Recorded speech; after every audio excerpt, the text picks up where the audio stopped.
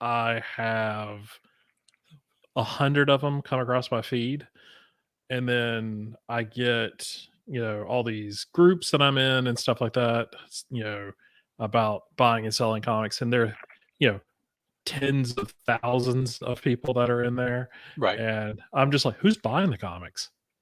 I was like, "If we're all selling them, who's buying them?" It's like, it seems like there's not quite the demand as there is the supply. Um, I subscribe to Chuck Rosansky's newsletter, and Mhm. he he brings books in by the thousands, hundreds of thousands, but it's because he says he sells them by the thousands, hundreds of thousands. So, Yeah. um, that the pandemic really, seemed to reinvigorate, I guess, that back issue buying thing, and so I guess, yeah. he's making a mint at it from what I can tell. Yep. So, um, now that's not newer books necessarily, like maybe what you were talking about with Oh, no, the people these are selling. books from all different Okay, eras. Yeah, it's crazy. yeah, I would just think that honestly, they've got to run dry at some point. They Yeah. have to be bought. There's only so many copies of Detective Comics from '73 or whatever. So, Mhm. but Well, and so, yeah, there's quite a few of them that I follow that do a lot of Silver Age and Golden Age. Well, not Golden Age, maybe Silver Age. mhm. And I'm still like, somebody's gotta be buying these, but, uh, the prices that these guys have got this stuff at is, and I'm not saying that they're not worth it. Don't That's not what I'm saying, but it's Well, just no, like, but yeah, it's so hard to imagine, folks going, "Oh, yeah, yeah, I've got that extra, $1,000 for that book." yeah, And a yeah. lot of them are slabbed and graded, and I'm just like, "No way, Uh, there's no way I would do that." And that's something else. I'm seeing more and more of those things, and I'm like, well, again, like I've been bitching about San Diego Yeah. slabbing things. You are you're manufacturing a market that is going to be relatively small compared to your overall potential, Yeah. and to me, that's kind of well, it's exclusionary, really. Mhm. My Usagi collection is short one book, one book. And Really? yeah, that's his very first appearance in Albedo, you know? Oh, yeah, okay. You will not today find that anywhere less than $25,000. Mm, $25,000. I'm like, "What?" Yeah, okay. yeah, sorry. Oh, absolutely sorry. Yeah, I mean, yeah. Yeah, that's one of those things where you're like, "That'd be nice." It's kinda like, who was I talking to? Oh, no, it was, somebody on Instagram. They had gotten their, graded books back from CGC or whatever, and they had, um, Graphic Fantasy #1, which is Eric Larson's, Savage Dragon, yeah. yeah, it's first appearance of him, and then, there's like 500 of those that exist, and or whatever. It's very limited, Right. and so, because they're all handmade and printed and all this other stuff. So, but he had it graded. I forgot what the grade on it was, but it was pretty small. But his, I went and looked. I was like, I'm curious on what that's called, and it's in the thousands. And I'm like, that is a book. And I know I've talked on Twitter that I'm kind of like really kind of just not interested in the collecting aspect, but I guess there's those grail books kind of thing that I would love to have. I know I never will. But that's one of those books I'd love to have that book, but I don't think I could. It has nothing to do with like, Karen telling me, no, you can't spend that money because that's $5,000 that we don't have to spend, or what, even if we did have them, That's I just wouldn't feel comfortable spending that just in yeah, general. no I'm doubt, like, no oh, doubt. yeah. But the people that can do it, more power to you, man. I mean, good for you. Yeah, I it's guess. definitely well. I mean, but it's definitely not a thing I can do. I just can't. I can't justify that cost. It would drive me insane. So, all right. Well, I guess since we're here live All on the right. show, and all that other cool stuff. I felt bad because Doug's not here. Is Doug not here? Doug's not here. Crap. Okay. How can we start without Doug? We'll have to wait and see. We'll just get going, and maybe Doug will join us. Yeah, we'll have to soldier on. Yeah, it is Thursday night, right? It is 9 p.m. Yep. Yeah. Oh, oh, there's Doug. There he is. I knew I could bring him out. Ask and he shall appear. It's like a magic. I did. I have like thought. I was like, I thought about it this morning when I was coming back from dropping my daughter off at work. That, so we always say Doug. Doug's our unofficial third chair because Doug's with us in the chat, every episode, Right. and so Doug's he has gotten that honor. He's been with us for a long time. But then I got thinking about how much I love editing, and there's a lot of sarcasm in that emotional statement I just made. I hate editing the podcast. I don't edit it, by the way. I just literally cut the ends off and here's some music and throw it up there. I would love for it to be edited. It was what I'm trying to get at. I would love someone to come in and polish this turd. No, that's incorrect. We do a good show. But give it that little special, just little something, it's just editing has never been a thing that I have ever it's not even care for. It's just I used to do it a lot and it drove me insane. So I see that. And you and I have talked about it, and we're both okay with leaving the ums and ahs and and sort of the silence in it and stuff like that. But I know, speaking of I know that Stephen Orr is on Fiverr now, and he's offering to edit your podcast for like $10, I think it is. Yeah, if he's wanting to make money, which he says is, I'm like, dog, those prices are. Yeah. Wow.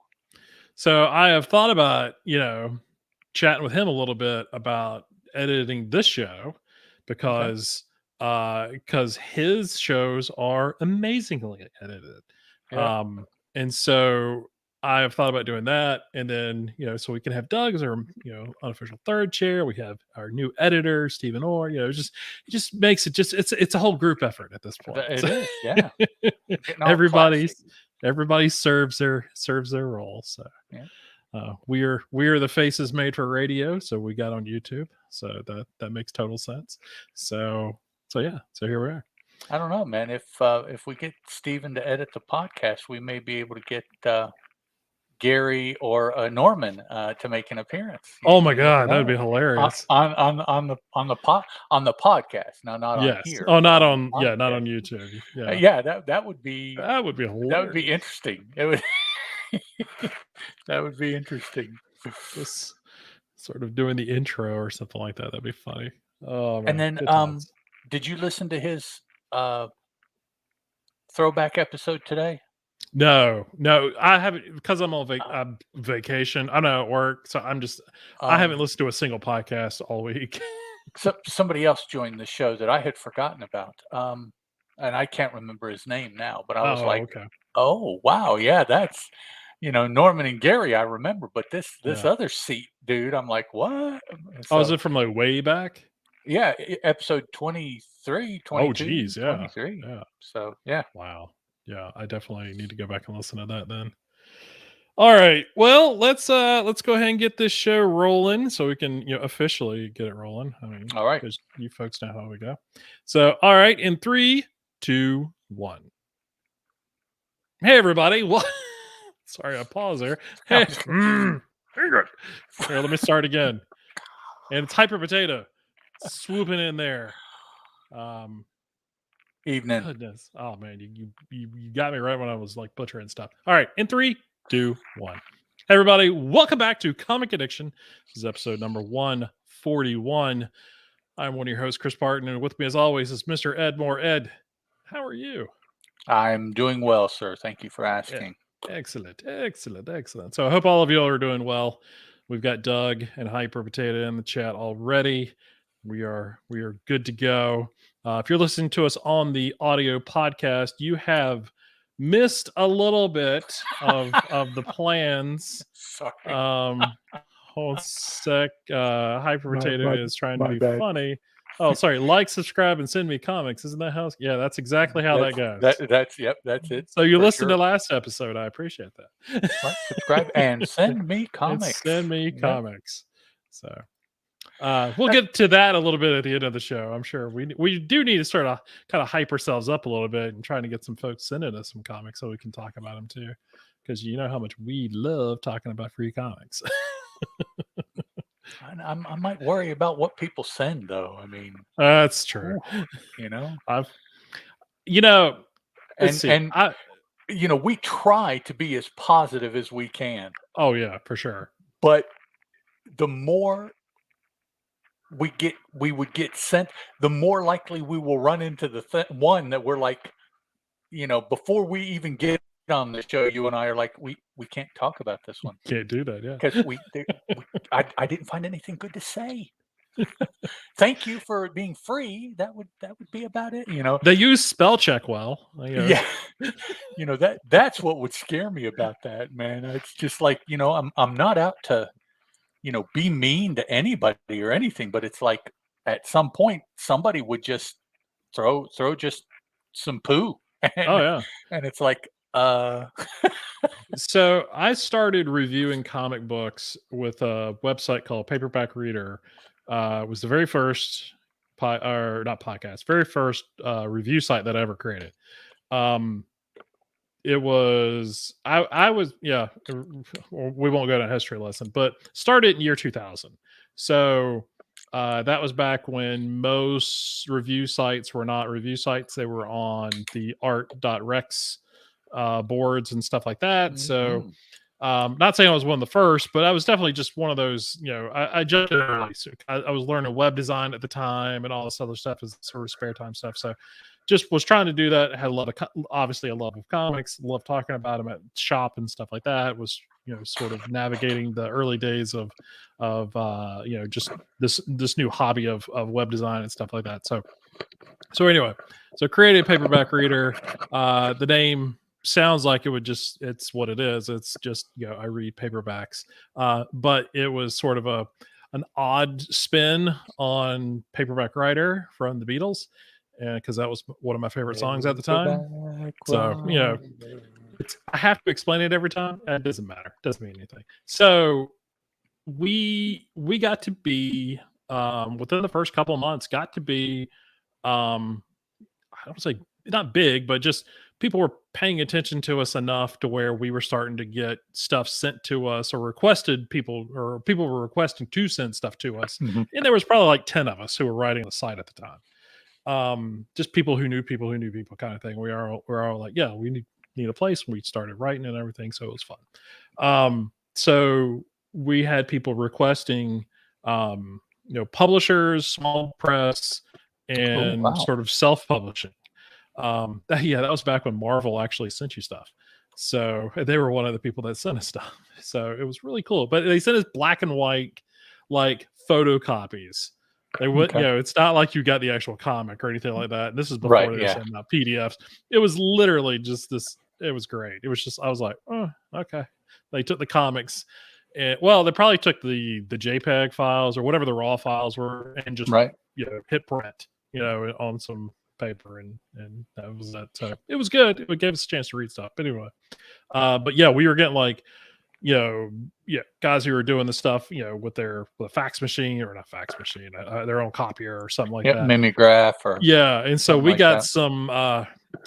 We never got anything that was like super questionable, but there got to be times where someone would email the site, which I would get the email, and then I would send an email out I would forward it to everybody else. I'm like, hey, is anybody interested in reading and reviewing this? There were a handful of times, maybe a little more than a handful of times, where we all kind of had a long email string of like, I don't want anything to do with this. Yeah, really. It's like, they're like, they do know if they sent this to us and we felt it was bad. I'm like, no, that is in the disclaimer. I say, we are not, because you're sending us stuff for free, we are not, this is not guaranteeing you a positive review. Right. Yeah. No we are not, yeah. we are not meant, our goal is to not tear you down. If we kind of don't think we can say anything constructive about it, we're not gonna we're gonna let you know, but then we're not gonna review anything. So Mike Myers, holy cow, it's Mike Myers. How are you, sir? Let's see. Wow, I could never get myself to read digital review podcasting copies. Royalty in the house. Just comics in general. Jeez, he owns them all, or he owns the majority of them. Bob Retail owns the other half. Yeah. If Bob doesn't own it, Mike and John Mayo. Oh, yeah, that's true. See, there's a group of them, and then Aaron Myers, and starts to build. Well, that's who they bought them all from. Is from Aaron, for sure. Yeah, he sold them all. So. Aaron and Acme Comics. So cool. Thanks for joining us, Mike. I can never never get myself to read digital review copies. No, I totally get it. And it is difficult. I mean, Ed and I have been fortunate over the years to get review copies. And I know you have as well, Mike. And yeah, it's like near impossible. I mean, there's this major. Oh, he has more than sorry. Shots fired. Sorry. Mike says he has more comics than John Mayo. Okay. And less than Bob Retail, for sure. Oh, totally. We're not interested in any numbers wars. I'm not. We don't need that. No, I'm not. I'm not trying to create beef here by any stretch. No. Did you hear what that Chris Barton said? Get all three of them to just settle it in the ring. Oh, jeez. Oh, crap. He's got 88,000 comics. And you have a warehouse now, right? They're not all just at the house anymore. No, yeah, I think he's got an off-site storage, which is always good. That is the thing I do enjoy, and I told you I follow all these tons of people that have these huge collections and buy and sell comics all the time and everything. That is something I found really cool, though, when they show you, like I have to have a warehouse, to store all this stuff. And I forgot who it was I saw on Twitter just in the last day or two. It was a comic book writer showing his like collection in his warehouse, and it's a big looking warehouse, and I'm like, oh my god! And he called it a warehouse, right? Yeah, he said it was a warehouse. Yeah, I think I remember seeing that tweet because somebody said that they would love to have that warehouse. Yeah, for sure. So, but yeah. Good stuff. So cool. Well, Mike, thanks for jumping in here and joining us. So let's yes, I mean, obviously I'll sort of the white elephant in the room. San Diego Comic-Con is going on right now, or whatever they're calling it. Comic-Con in San Diego or International or whatever. SDCC is what I always refer to it as. So that's going on. We don't cover that kind of stuff here, but I just did want to sort of date us and timestamp us. So what's going on? Acknowledge there have been a lot of, and Ed and I were talking about it beforehand. There have been like a lot of solicitations as far as like new comics and stuff that are coming out from various publishers that look promising. Obviously, you kind of want to see a little more other than just hearing a little bit about it from a panel or whatever. I opened up my inbox the other day. I think maybe it was this morning. Opened it up and Dynamite had sent like probably 12 or 15 press releases on. This is the worst part. I have a special inbox I've had for a comic book addict at gmail.com is sort of my general comic book related thing that I've had for 2 decades now, or however long Google has had Gmail. And so that's where I tell comic companies to send press releases and stuff like that. And I have gotten off a majority of those press releases because San Diego is the worst time. Oh, I'm sure. Like there's I would have 100 150 emails just in 2 or 3 days. And it's very painful to go through. And I just don't read any of them because it's not a thing we cover anymore. So it just doesn't mean anything to me. But Dynamite, I do have a soft spot for Dynamite. So I was going through all those emails this morning. I'm like, there's so many things and so many partnerships that they're doing now and all this. So I'm like, all right, next couple months will be interesting to see, once we start getting stuff in previews and everything. Mike says San Diego is an awesome con, but Heroes is way better if you're strictly into comics. Definitely. And that is, I think I don't want to speak for Ed, but I do think that Heroes is a con that we both both hold in very high regards. Enjoy it very much. Yeah, I can't speak to San Diego. I've never been, but I have been to Heroes, and it's I can wholeheartedly recommend Heroes to any comic book fan. Yeah. You don't even have to just be on the East Coast. Just come from everywhere. I mean, you travel to San Diego, travel to Heroes. You won't be unhappy after the con. Bring an extra bag so you can put all the swag and stuff that you bought in that bag. So. Yep. All right. Well, let's go ahead and get started with FOC. Everything for FOC, final order cutoff. These are our picks. They cutoff is, or orders need to be in by July 25th, which is next Monday, obviously. Check with your local retailer exactly what days they want to have their stuff in. I do know that DC and a few others, they want their stuff in by Sunday. So Doug went to Heroes. He says he really enjoyed it as well. Definitely. I hate that I missed it this year, but maybe next year. That's always the goal. It's always the goal. Every year that I don't go is like, I need to go next year. I will go next year. Things always tend to pop up. I let my life be very fluid, and then just kind of like, all right, well, this is the thing I got to do today. So, all right, FOC. So let us do this. Oh, sorry, I'm learning. I tried to get all my stuff in a row before we went live, and then I forgot that I had done everything already. So, all right, Ed, what you got? All right, this first one from me is Grimm from Boom Studios, issue number 4, which, if I recall, should be the last issue. Chris, is that what you remember? Was it 4 or was it 5? I forget.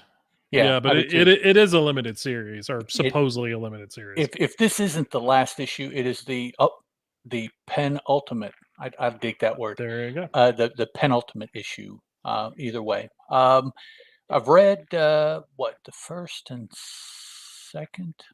Yeah, didn't the third issue came out this week? Oh, third issue. Okay, yeah, I haven't read it yet. The first two. Well, I might spoil it for you then. Oh, that's all right. Excellent, fun series.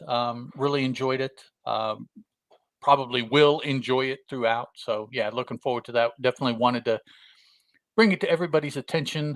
If this isn't the last issue, it's the next to last issue. And then pretty soon after that, you guys, if you want to read it, you can look for the trade, because it'll be coming out within probably just a couple months of whichever is the last issue, 4 or 5.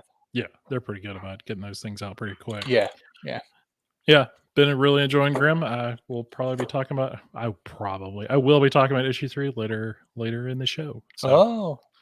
That's a little preview there. Or foreshadowing. There we go. Foreshadowing. Okay. There you go. So I'll get the literary. So my first pick for FOC is, and I talked about the 3D version of this like a week or two ago, but The Last Shadowhawk. It's the 30th anniversary. It's a one shot. It is I forget who is right. I want to say Dan.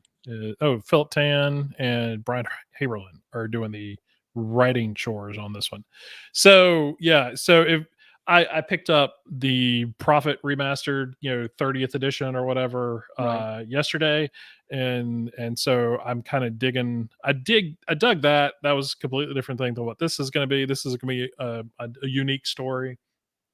The remastered thing obviously was a redone issue, but yeah, I don't know. I've always had a soft spot for Shadowhawk, and so anytime there's a Shadowhawk one shot series or anything, I'll pick it up. So I'm looking forward to this. I have already pre-ordered the Shadowhawk mask cover. So that one's already on my list. I will not be picking up the rest of them, although they do look kind of neat. Just because I'm trying to stay away from the variants. So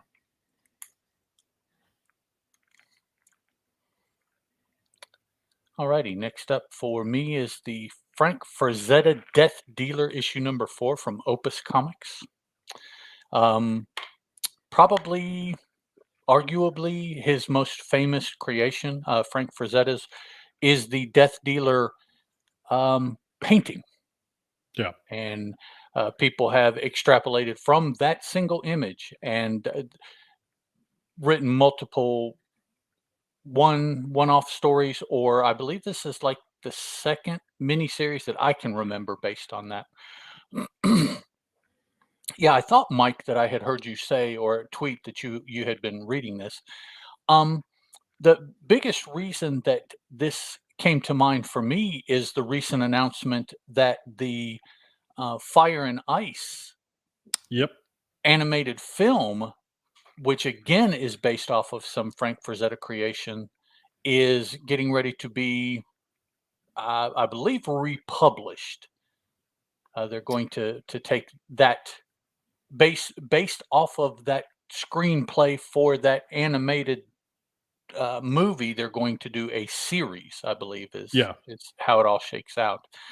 And there was a little blurb there from I believe it was Jerry Conway, talking about Frank Frazetta's involvement in Fire and Ice, in the animated, which mm-hmm. was it was not all that positive, but I'll just I'll leave it at that. It was, it was based on his thing, and basically that was it, according to Mr. Conway, and maybe that's the case. I don't know, but yeah, these are things that, for the life of my pop culture, comic-y, animation-y kind of life, I have been exposed to, I have known about. So my familiarity, I will say, with Frank Frazetta art goes back to the very beginnings of my comic book reading, probably even before that, from my dad. The Fire and Ice, I remember watching when I was single-digit years old. Oh wow! And the Death Dealer, I know I see every 2 or 3 months somewhere, or a play on it that someone will have for a cover, or somebody will be talking about something and they'll reference that, or so. It's Frazetta's art, and then Death Dealer in particular, is very very prominent historically for me, at the very least. And so I have read the first issue of this, and I don't believe I have gotten any of the others yet. Yeah, So, that's what I was going to see if you had read it yet. yeah, the first issue, and it was exactly what that image delivers. Okay, Only, cool. only extended. Yeah, now that I think about it, I should have at least a second, or maybe even a third issue, and I don't. I'll have to see why I don't. But yeah, I read the first issue, and Okay. As Mr. Myers, I would have to agree with his very good, or no. So Yeah. yes. So Opus Yeah, Comics. Opus Comics comes up a couple times here for me tonight on this episode. So Cool. yeah, I'll hit up Opus again. See, that's what I like. I like that. So I picked up Okay. so my next one is from Dynamite. It's Lady Hell #1. Now, before you ask, I'm like, Chris, this seems a little out of the box for you. You are correct and not correct at the same time. What you don't know is this particular issue or particular series is written by Eric Burnham.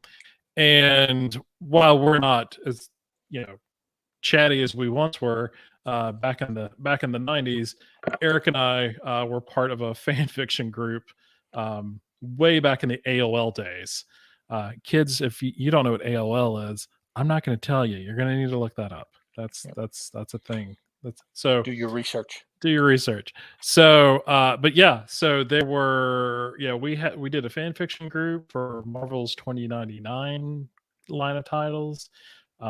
We had a good time. And then Eric was one of the few guys that was in the group that sort of took that creativity and sort of decided to make a career out of it. So Eric's done a lot of comics. He's done quite a bit for Dynamite. He wrote Ghostbusters for the longest time over at IDW. So anytime he writes a book, I pick it up. Doesn't matter. So I'll continue to support his stuff. So I know he has a lot of fun with his stuff, and he does his research. So and I've heard a little clip of an interview that he did about this book when it was first solicited. He's pretty excited about getting a chance to work with these characters because he just enjoys all this stuff, and so I'm looking forward to checking this out and seeing what he put together. Excuse me, just to back you up, because you put what you wanted to talk about down first. I took that book off my list. So you did? It was on mine as well. Oh, nice. Yeah. Nice. That is good. See, lately the Dynamite interiors have been exceptionally good. Mike, you are exactly right. I have noticed that, and that had been an issue on a number of the series. I was kind of like, the writing is really good. I just wish they would sort of elevate their interiors. And they definitely have. Not art's subjective. So, I mean, me saying that something's good is probably not the same thing as somebody else's, but at the same time, I do feel like there's some stuff that I felt like they could, if it was just a little bit, whatever, a little bit, finer or finished or, whatever. But yeah, I totally agree. And then Mike's also saying usually they have the writers and the cover. Yeah, they do. Oh, the cover artists, bar none. They have their no artists are, yeah. I still, if you're not subscribed or at least check it out every once in a while, Dynamite's YouTube channel, when Nick gets on there Nick's the owner of Dynamite. I never can't pronounce his last name, so I didn't want to butcher it. But every week he comes in, does a couple different 5 minute, they're 5 or 10 minutes at the most, but basically it's like, hey, these are all the books we have coming out this week, and this is all the incentive covers, and those are all different shows or different episodes. But yeah, it's hilarious. Just like we have 2 exciting books coming out, and there's 47 variant covers. Yeah, no doubt. It's man. But the artists that they get to do them are just top-notch guys. Yeah, it's like, man. I say guys, women too. They definitely got some great women that are working on it. But, usually I'm like, oh, why don't you get them to do the book? Mm-hmm. That would be awesome. Because the cover art pays more, probably. Yeah, because they don't do books anymore. They've moved on to cover artists. Yeah. But good stuff. So I'm a little curious about this one that you've got. I didn't even see this on FOC when I looked through it. Oh, well, see. Okay, another Opus book, Mike. Evanescence, Echoes from the Void. Echoes from the Void. Why? Here's the title. Okay. Echoes from the Void. Yes. This appealed to me because I am a closet Evanescence fan. Oh no! Come on, man! Come on. And right closet, not because I don't want people to know, but just because it never comes up in anything that I do that I can say, well, yeah, I'm a fan of Evanescence also. So I've yes, Michael, yes. That is exactly the same place that they turned me on. Great band. He meant to say band, not great bad. But if you're watching us on YouTube after the fact, but first heard them in Daredevil movie, and then exactly, yes. Exactly. And let me put out there that I think I am a bigger fan of the Daredevil movie than a lot of other people are, also, and Elektra for that matter as well. So they weren't bad. I enjoyed both of them, but yes, that is where. Brings Ed back to life. Yes, bring me back. Yes. But what this book is, and this is something that well, I'll throw that out here in a minute. They have taken several of the songs from the one of the songs, "Better Without You," off of this is the 5th album, which is is 2021 when it was released, or is that when That's the what it book is released? says. Yeah. Yeah, I was going to say I thought that they within the past couple years dropped an album. And it is a graphic representation of songs of Evanescence. That's what the series is going to be. This also appeals to me because I have seen this done, Chris, by for Boom by Kevin Anderson. Yep. What was the band? Well, I mean, they did Clockwork Angels. That was Yes, that was Rush. yeah. So and I interviewed him, and Mhm. he turned me on to that book, and so I like that concept of taking songs, um, pulling apart the lyrics, and then making something graphically based on Yeah. that. I find that very interesting.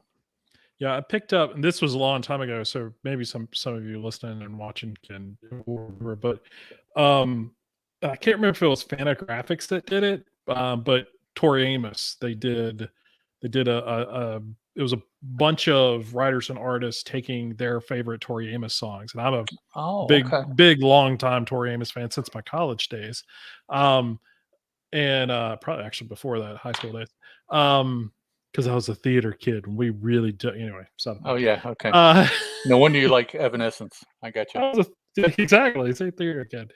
Hmm. But I got distracted. So but yeah, anyway, so a lot of artists and writers got together and picked their favorite songs and sort of did this kind of thing. And so I've seen this done a few times. Like I think it's Z2 Comics. Is it Z2? I think that's the name of that. They've been doing quite a few like graphic novels and stuff like that. They've got one for Blondie that's getting ready to come out that Palmiani and Connor did. But Yes. I forget Okay. who the artist is that's on it. But they've done a few of those. I hadn't picked those up. I really want to. I just don't have the extra cash to pick all that stuff up. But they're all doing these these kind of books. So yeah. So when I saw this on the list that that you were going to talk about, I was like, oh crap, I like Evanescence. Yeah. So that's good stuff, man. Good stuff. See, I learned something out of this. So. Glad I can help. That's what we're here for. Trying to get people Yep. to buy stuff. And there you go. You got me to potentially. Yeah. Let's see. Michael says, yeah, it's Z2, and they're doing a Cheech and Chong book too. Nice. I did not know that. Yeah, But, I think the Cheech and Chong is already out, isn't it, Mike? oh, Didn't let's that check. come out earlier this year? They advertised it like last year. But yeah, they're Z2's doing some interesting Different. pop culture books. Yeah, definitely different. So if you're looking for that kind of stuff, definitely look into Z2 and see what they've got. My last pick for FOC is End After End. It's the first issue of that. I'll be honest with you. I don't know anything about this book.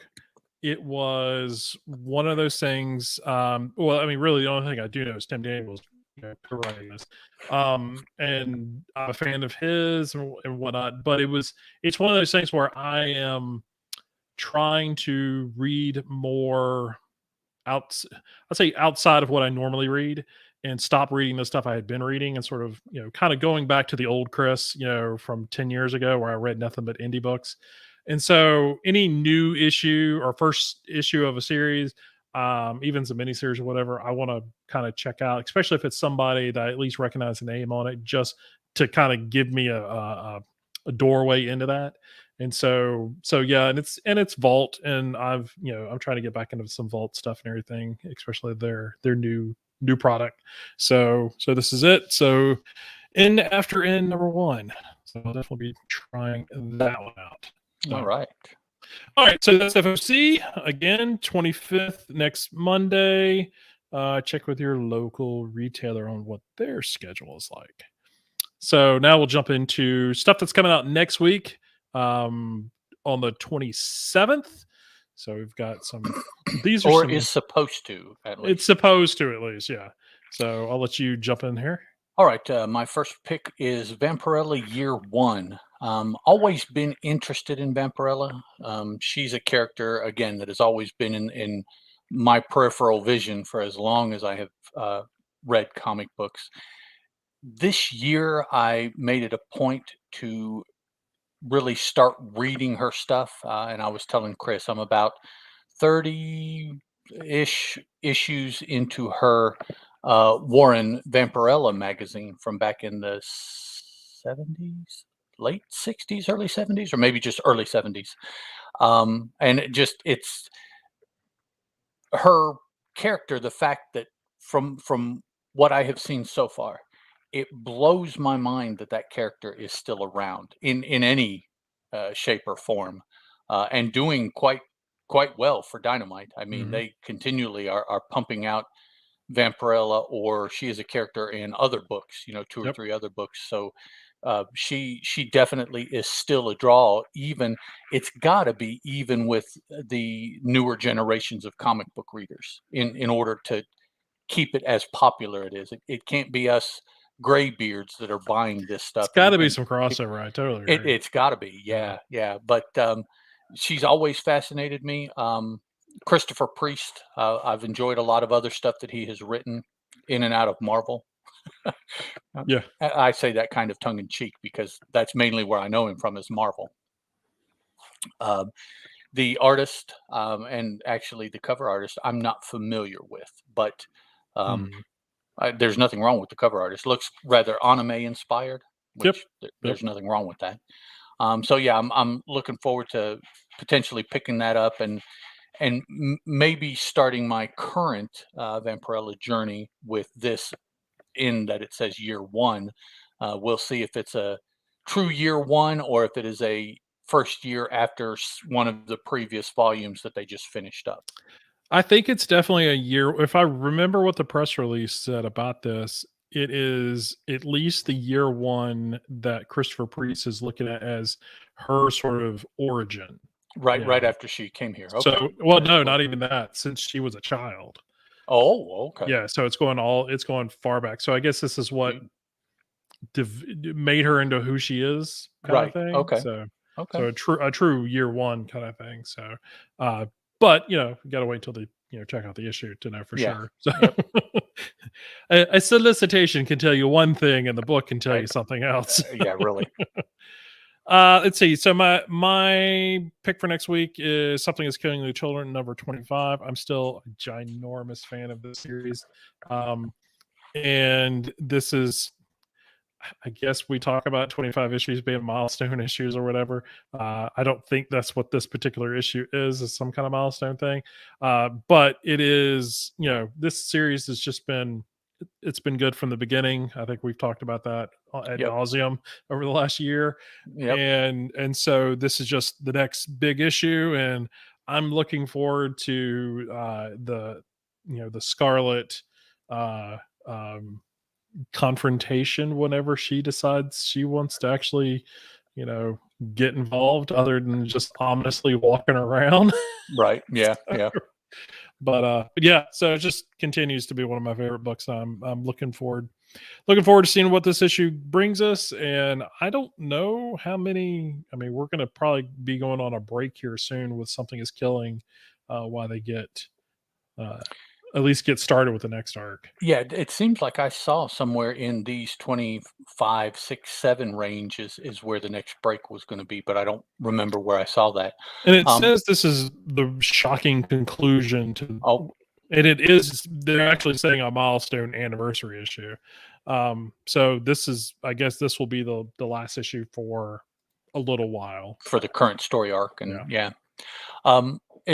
this is particularly good for you since your other long-running Boom book is getting ready to go away here in a couple months. So yes, it is. Hopefully this one will keep going, and there will overlap and ease that pain as you can transition. So I appreciate the reminder. I look forward to that for you, that you're able to transition to another long-running title you like. That's good, because one is ending. Yeah. So, my once in future. All right, moving on. All right, my second pick, the Judge Dredd Complete Case Files number 39. I pick these up whenever they come out because it is the easiest, most straightforward way to read Judge Dredd that there is.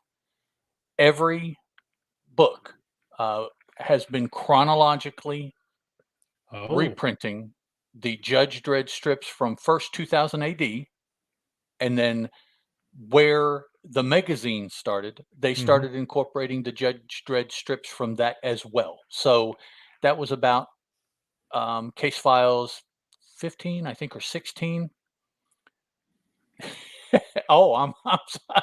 Oops, Hyper Potato's a fan too. Oh, my bad. Ed is rubbing the salt to the wound for us once some future fans. Yes, he is. It's fine. We will persevere. It's very confusing for me. So,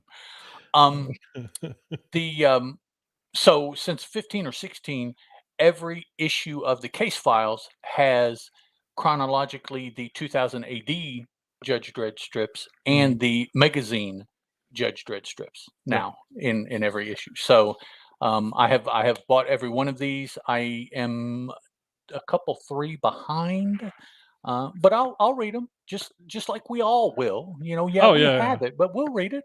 The ever growing, read pile that just with all these new avenues of getting books, it just seems to but yeah, so I'm looking forward to yet another Case Files coming out, and knowing that when I get a chance to sit down and read these, I will be able to read, all of the Judge Dredd, because a lot of the other 2000 AD and magazine strips don't necessarily appeal to me. Gotcha. It's a very hit and miss. Judge Dredd, though, I enjoy very much. So cool. That's good. Looking forward to that. I'm recommending everyone as an image book. It's The Hallows. It's a one shot. And really, I mean, Chris Ryle does good work. The times he does write. I mean, he's mostly known as an editor, but he has written quite a few stuff. But it's Sam Keith doing the art. Oh well, and there we go. So that was like, oh, Sam Keith. Okay, sure, yeah. There is a for you out there that really want to make it hard for you. This does have a cover A and a cover B. The cover B is drawn by Ashley Wood. So good luck. Figure it's a 9. Which one cover you want price more? Is $9.99. I would not judge you for picking up both. Oh, absolutely. I would not judge you at all. So yeah, let's see this. I don't think the solicitation actually says how many no, it doesn't say how many pages it is. But it's it says it's a specially priced extra length comic. Artist Sam Keith, writer Chris Ryle transports you to a dystopian near future Japan where spectral once human husk prey on the unfortunate. This is Sam Keith all over the place. And it's just my question is, how freaky will this Keith be? Oh, I don't know. I mean, how far out there is he going to go in this art? This doesn't look. This seems like a more sedate kind of Sam Keith kind of art. So I'm like, well, so if this is what we get in the book, okay. But for those of you that have followed Sam Keith over the years, he can get Ashley Wood out there. His art, So for me, I would be interested to grab one and flip it open to see how far out they let Keith get for this. Yep. Like I said, it comes out next week, so I'm going to be hitting one of my shops up on. And the thing is, I've completely missed this on FOC and everything. Like I don't know how this snuck by me. So, are you going to get both covers? No. Well, I haven't. Well, no. Right now, no. I'm going to keep saying that over and over again because I'm trying to not buy variant. Yes. covers. Okay. Have you seen the Ashley Wood cover? I have not, but that's what I was going to say. The caveat is I have not seen the Ashley Wood cover. Difference there. So I will, if I do hit up my comic shop Wednesday after work, I will report there at the. Oh, dang it, Mike! Why you gotta tell me things like that? It's a reprint. IDW is already published. Okay. I thought maybe it sounded familiar. Okay. Yes. Okay. So this is some older work that I didn't know. Mike Myers with the 411 there. I appreciate that, Mike. Because if I know I haven't read this before, but it does make sense because I know Chris Ryle, works for IDW or worked for them in the past. Back in 2012, 10 years ago. Okay. Wow. So maybe when you go to the store, Chris, see if they have the 2012. See if they have the trade. That's what I'll do. Oh, this is gonna be a fact-finding mission. Yeah, I'm excited. Give me something cool to do at the comic shop. I'm excited. So thanks, Mike. Appreciate that. All right, so we'll move on to all right. Now this is a side of Ed that maybe a lot of you folks don't know. Okay, I just like when I go in the closet to listen to Evanescence, I also take my stack of My Little Pony comics in there with me and read those as well. So I enjoy some of the younger comics that are out right now. Now, Peyo, the French-Belgian artist responsible for the Smurfs way back in the 60s, responsible for the Smurfs back in the 80s when we all, who are old enough, saw the animated cartoon. Oh, I bought these graphic novels too. That started really my Smurfs. Several years ago. All right, Mike, you too, man. All right, Mike, you have a good evening. Several years ago, Papercutz started individual volumes of the Peyo books. And I thought, well, cool, this is my opportunity to get his entire Smurfs work. Sure, yeah. And so they got, I remember asking the publisher who was, I can't remember his name, but he was well, apparently not well known enough. Writer, I think, or writer artist, and he was saying that there were going to be in like the mid 40s of volumes. Well, wow. They've put out about 21 or 22, and they have switched to this 3-in-1 format. I have no idea why. Some of these stories have already come out in the single volumes. Mm-hmm. Some of these stories they had not yet published there, but they have.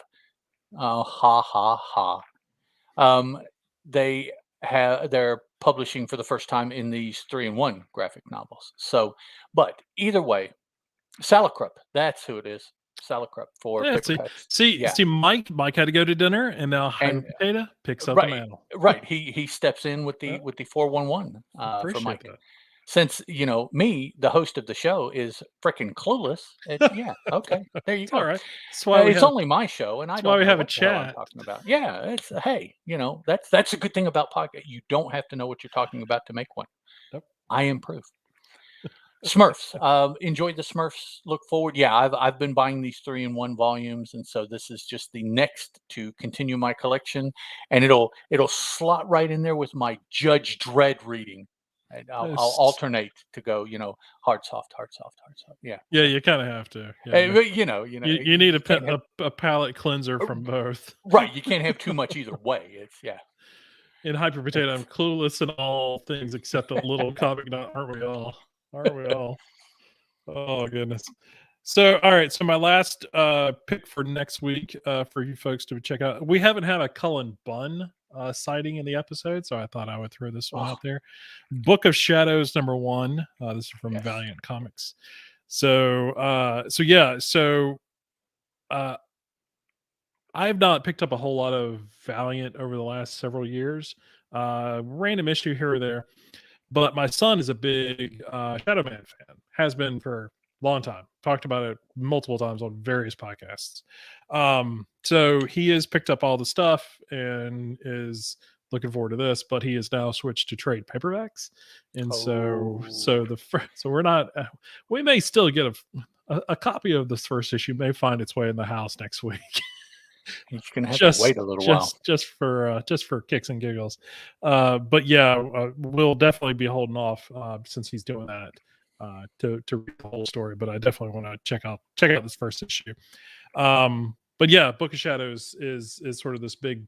It's not a crossover. It's just a big story that's involving. You look on the cover. If you're watching the video, obviously, you got Shadow Man, you got Punk Mambo, and you got Dr. Mirage, Eternal Warrior, and I forget who this is. Yeah, the black lady's not coming to me, and I don't know why I'm forgetting what her name. Maybe I don't know. Do they list them? They don't even list her name. Okay. Yeah. So maybe she's a new character. I think she is newer, but like not for this book per se. Okay. And this is the Eternal Warrior kind of stretches this, but this is a team up of the heroes of the darker regions of the Valiant universe, shall we say? Yeah. So, yeah, I would never think that Eternal Warrior fits in there, but okay, we'll see. I mean, that's kind of the thing. Well, I mean, it's it's one of those characters that he kind of is all over the place. Cullen Bunn will make it fit. I have no doubts, that he'll make it work at all. Raise a Margatweeta. In Cullen's honor, yes. Yes, you have to do In that. Cullen we trust. So, all right. So that's everything. Some picks, not everything, but at least the highlights that we're looking forward to next week. That stuck out to us. Yeah. So if you've got some stuff, if you're watching us here on YouTube after the fact, or listening to this and want to send us some of your picks and stuff like that, things that we should be checking out. Oh, that'd be cool. Yeah. If you, or what you picked. Yeah. That would be kind of neat. If you've got suggestions, for future episodes of books that we should be checking out either through FOC or for our new release, for the following week or whatever, by all means, hit us up on Twitter and stuff like that. We would definitely like to check out, because I mean, we do go through FOC, but obviously, I mean, tonight's a good example. I missed a couple of these, and I don't know how I missed them, but it happens, and so definitely throw us some suggestions and stuff like that. We would be more than happy to take a look at them, and then and maybe even recommend them along with you on the show. So, for those of you that don't know, this is Kitsune. So, oh yeah, he's decided I'm entertaining at the moment. Yes, so it's you need to step aside and you need to. He gets his 15 seconds too. Very good. All right, so let's jump into our reviews for this week. And I don't have anything. You know what? I forgot to download. Dang, damn it! I forgot to download your images for these books. Well, I can do this. Oh, there you go. How well let's see. The Dancer issue 2. And this is from Kickstarter with no publisher on it other than Kickstarter. So the first issue was also on Kickstarter. Interesting story. Female protagonist. First, here, let's give some credits. The writer is Catherine Calamia. I apologize if that is incorrect, because I'm sure my incorrectness will go with a couple other folks here. The artist is Evie Cantata. Colorist Danny Fabrico, or let's see, maybe this is Danny Fabrico Sanchez Chavez. Yeah, that's all one name it looks like here. It's kind of confusing. Letterer Matt Bowers, designed by Brant Fowler. Oh yeah, I know Brant. Mm-hmm. With 4 covers here. Just side story about Brant. Okay. Brant designed the Comic Addiction logo. Oh, go Brant. Yeah, long time ago. The little micro blurb here on the cover says Mia. That's our protagonist, and this is Mia as she is trying to clean up herself. You see her hands in the sink there. She's washing off some leftovers of an individual she recently had contact with. Oh, my. And Mia, a dancer, which is lowercase, / assassin, which is all uppercase, is forced to deal with her childhood trauma of witnessing her parents' deaths. Now, in the first 2 issues, we don't know why per se, but Mia is very much following in the footsteps of her mother. Her mother was a classically trained dancer. Mia is a ballerina. And let me see if I can find the proof of that here. And she works for a dance troupe in the city. Here you can see that she's got a dancing leotard on, but she is working the heavy bag there because she also trains martial arts, learned because her mother trained martial arts. Now, we haven't seen if Mia's mother's role in society is the same role that Mia is filling.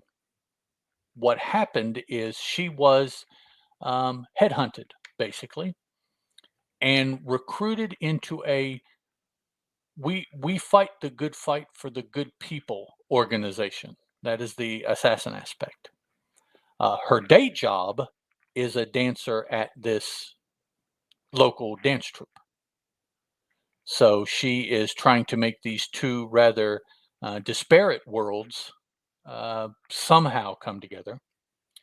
On top of the fact that when she was a little girl, late single digits, like 8 or 9, something like that, she witnessed the murder of her mother and father execution style. And she doesn't know why, wants to know why, would recognize who, but she hasn't found who. And so, even despite that, she went into basically the same business as whomever it was she saw confront her mother and father one night, you know. And she because there's so many aspects of that she doesn't understand.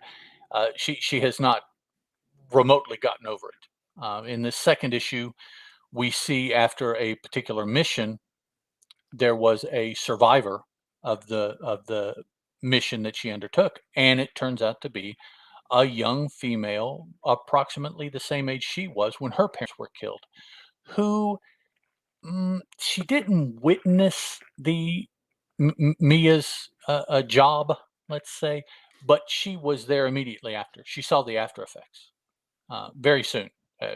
Everything was still warm, let's say, even. And when her organization sent the cleaners to the scene, they did not find this young girl. So not only did she survive, which she wasn't the target, Mia never thought about killing her. I guess I'll just go ahead and say it. So she left her alive, but when the cleaners went to the scene, they didn't find the girl. So she is now in the wind.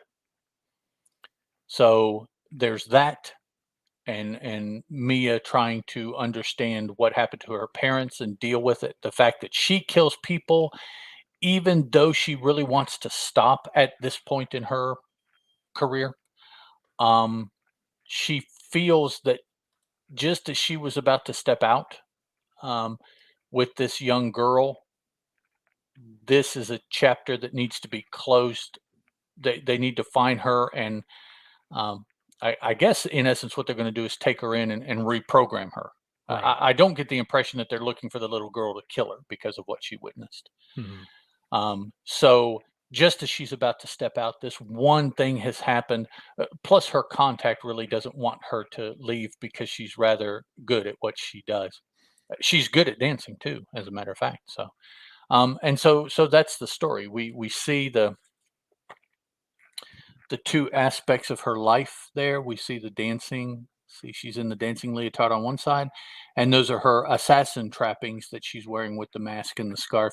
Well, and of course the sword, although I guess you could dance with the sword too, but she's a ballerina. So I don't know that very many ballets incorporate samurai katanas in them. So, but Kickstarter, it was printed by Comic Impressions. Yeah, we don't get any money for the ad. No.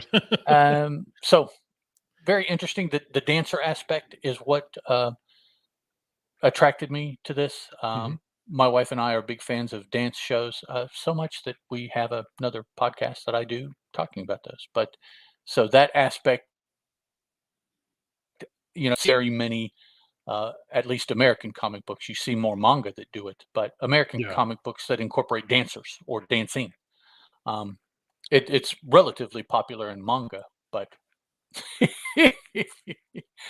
Hyper Potato, I'm not sure if sword fights could get me to watch ballet. I struggle to watch ballet. It's very difficult. But apparently that's the only way he'd watch ballet. Well, and that's not a bad way. Yeah, it's. I mean, that's a cause to bring you in. I mean, I went to the Kurosawa ballet last night and saw the Seven Samurai in tap shoes. Or no, wouldn't be tap shoes, but what? yeah, I was trying to make a joke and it just didn't work. So we'll move on.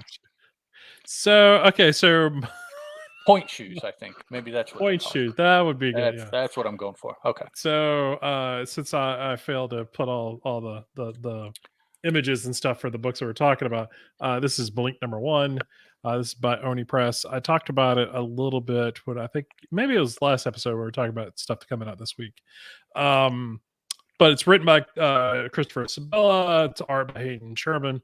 The concept of the story is a woman was found when she was a child, comatose, covered in blood in in an alley in New York or something along those lines, and so she's been trying to figure out who she was, or who, where she came from, who she was, how'd she get where she was, and all this other stuff. So it is so much that there's a song there, and I was trying to stay away from it. There's okay.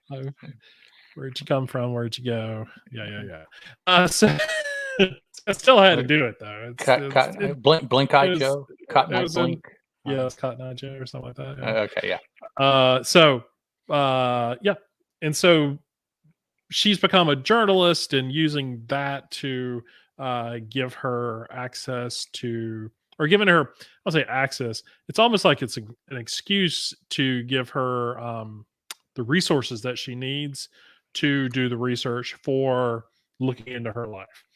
And she is starting to have dreams and sleep paralysis and various things that she feels, that sort of all of that's coming to the surface a little bit, and she just can't put her finger on it. And she sees these.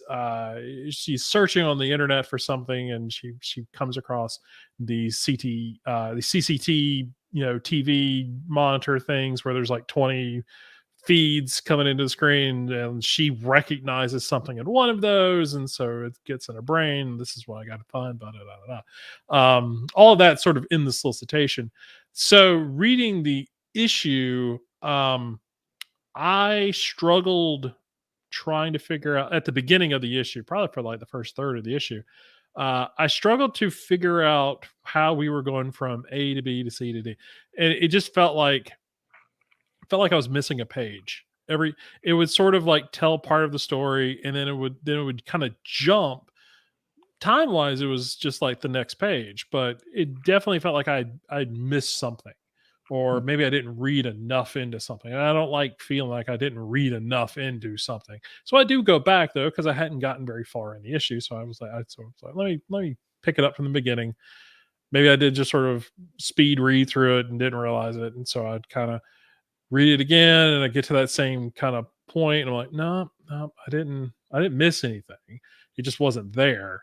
And having read the solicitation, I knew kind of what was missing there. But after I kind of got past that point, the rest of the issue is really well paced. The story is very, it's very well put together and everything like that. It all made sense, but it was just those first 6-7 pages or whatever that just seemed a little disjointed. The first couple pages talking about the sleep paralysis and stuff like that makes total sense, and then there's just something that just sort of went off, and I was just like, I don't know what just happened there. I know what happened, but it's not being explained very clearly. Right. And so, but yeah, so the rest of the issue is great. And so what ends up happening is that she the main character's name is Ren. Ren, this is becoming her obsession of finding out who she is and where she came from.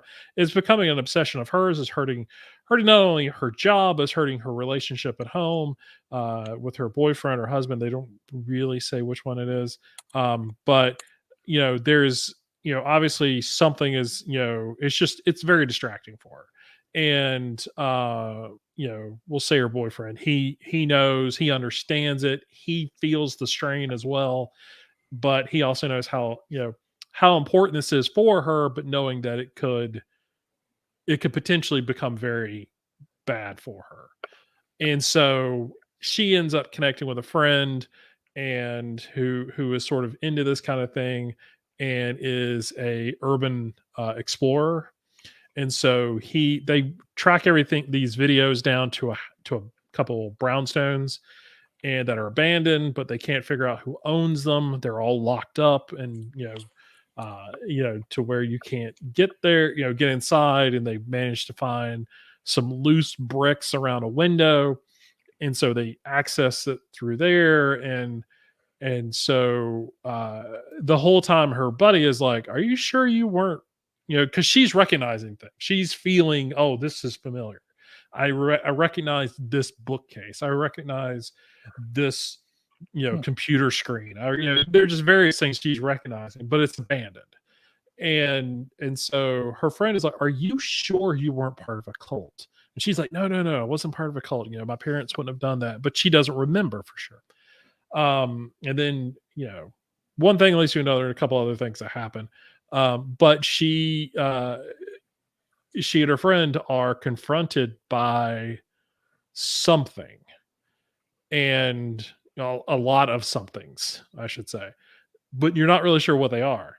So they're shadowy figures. So it could just be just people in the shadows, or it could be a supernatural thing. They're very reminiscent of what the sleep paralysis creature was at the beginning of the issue. Or maybe it's just people in the shadows. It's very vague, which is good because up until this point, I'm not sure if it's sort of let's say a real life quote unquote story, or if it's a very supernatural story. I don't know that quite yet. It obviously could lean very supernatural very quickly. And so we'll see. I'm definitely going to check out. I'm curious enough to check out the second issue. I knew I was going to pick up the first issue regardless, just because Sabella and Sherman were doing we're working on the series. But I wanted to see if they could, hook me and get me in. And like I said, other than the first couple pages being a little confusing, I did kind of get hooked in as we got toward the end of the issue. And so I do want to see kind of what that is. And then we'll see if that, I have no idea if this is a mini series. This is a quote unquote ongoing series, because I don't know what ongoing series means anymore. It can, so, even Marvel and DC don't really give me a true ongoing series anymore. No. It's like, sales, and now the series is over.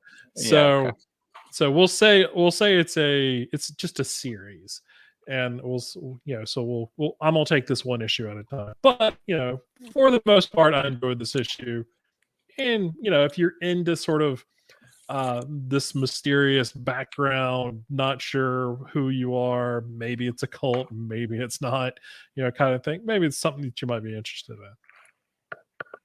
All right, cool beans.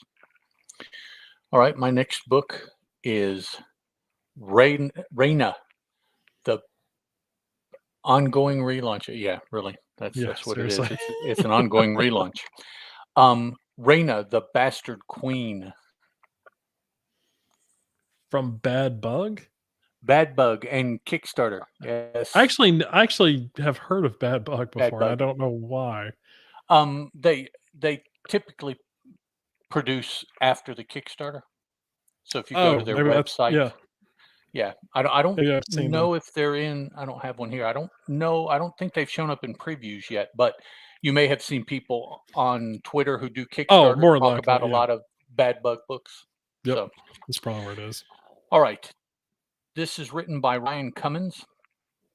The artist is Stanyak. The colors by Dennis Lehman. Letters by Justin Birch, which actually is what drew me to this book.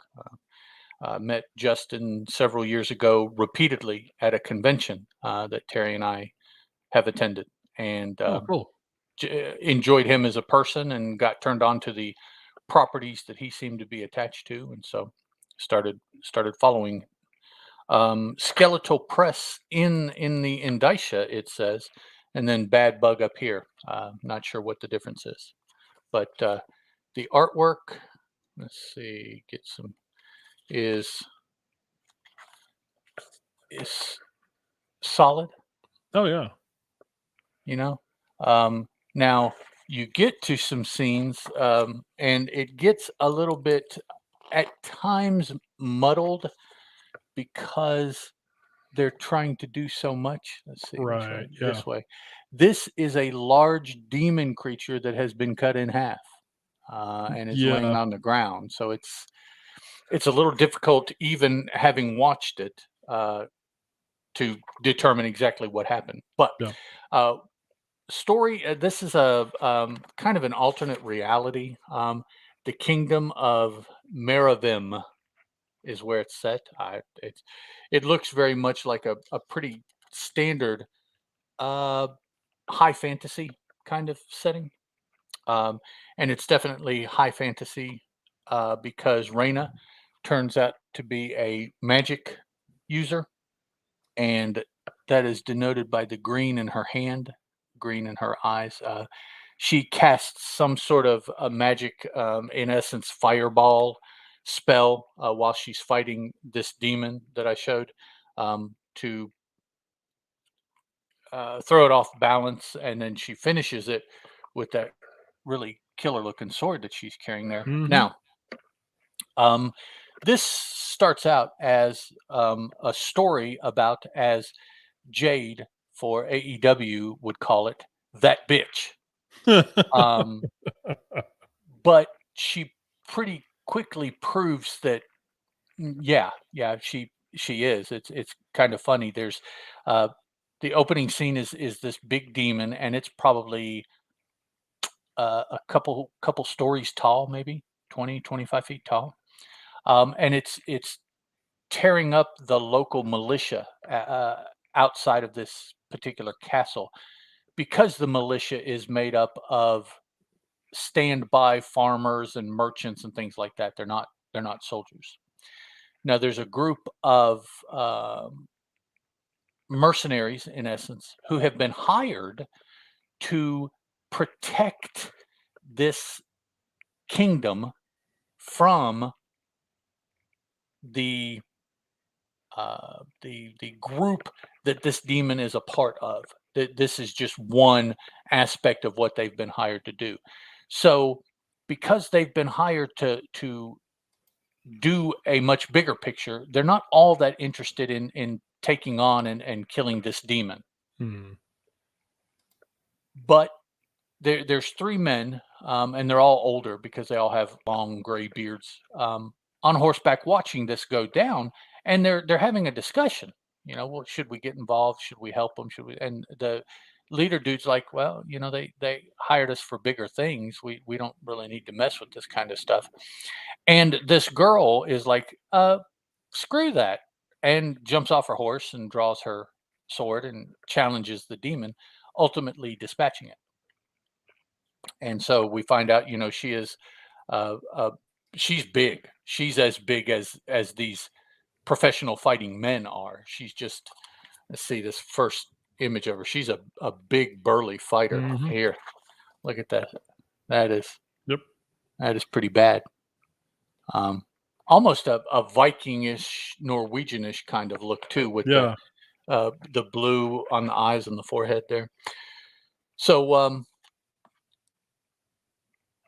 we get kind of the sense of the world from all that. We get the sense of Rayna and what she's probably going to be like. The story, though, we find that magical aspect of hers, she is not a big fan of, although she will use it to benefit herself like nobody's business. Mm-hmm. But she doesn't like it, and so she is rather anti-witch. But also, you find out that she was adopted by this band of mercenaries. She calls the leader father, which I don't believe is the case at all. I believe it. Mm-hmm. She was completely adopted. They found her after a particular battle, and brought her into the group. So she doesn't know anything about, who she is, where she's from, her lineage, or anything like that. So any information about witches, she wants to pursue, because she wants to try to get information from him. And then if she kills him, she's okay with that too. It's kind of You an told me what I needed to know. Thanks. interesting dichotomy. And so by the end of this first issue, she has a lead for the local area where they're at, a some legends slash fairy tales about a witch that lives, just over there in a cave in the mountain, Mhm. and they're there to continue moving on another part of their contract that they have agreed to, and she convinces them to go over here and check out this witch, which according to her dad never turns out good.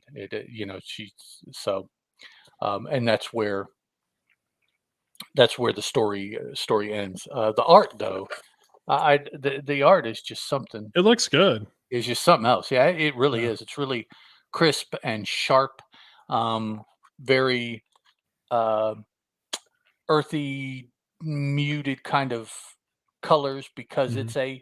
it's a darker tale. Yeah. It's a darker world that they are inhabiting, and they're doing darker things, being mercenaries, fighting demons. That's kind of a dark aspect to Yeah. it. So it's Yeah. you know, Slightly. and the scene here with the demon is a little um, bloody. The demon fighting the soldiers that aren't real soldiers. That's a little bloody too. Um, but there's no.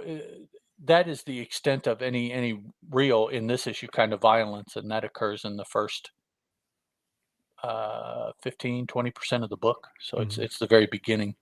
Um, Nothing really adulty. Even though she's a female protagonist, they don't use that in any way. They don't weaponize her femininity.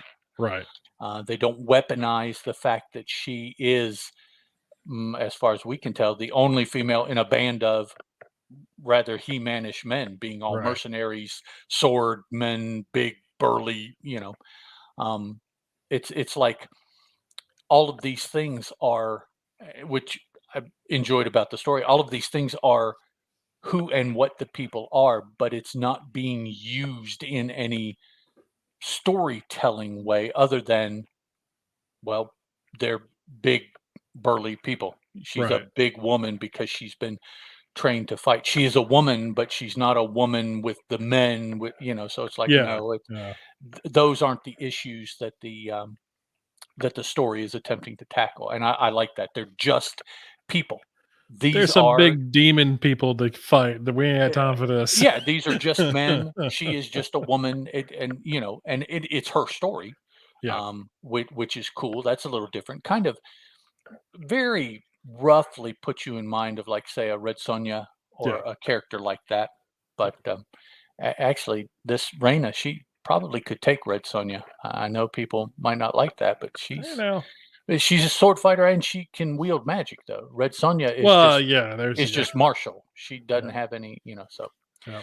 But yeah, and I would definitely recommend Bad Bug. When you see their stuff on Kickstarter, give it a look because a Okay. lot of their stuff is stuff that I'm kind of leaning to and ending up buying. And then when I finally get the book in, I'm like, oh, well, it's another Bad Bug book. Okay, Cool.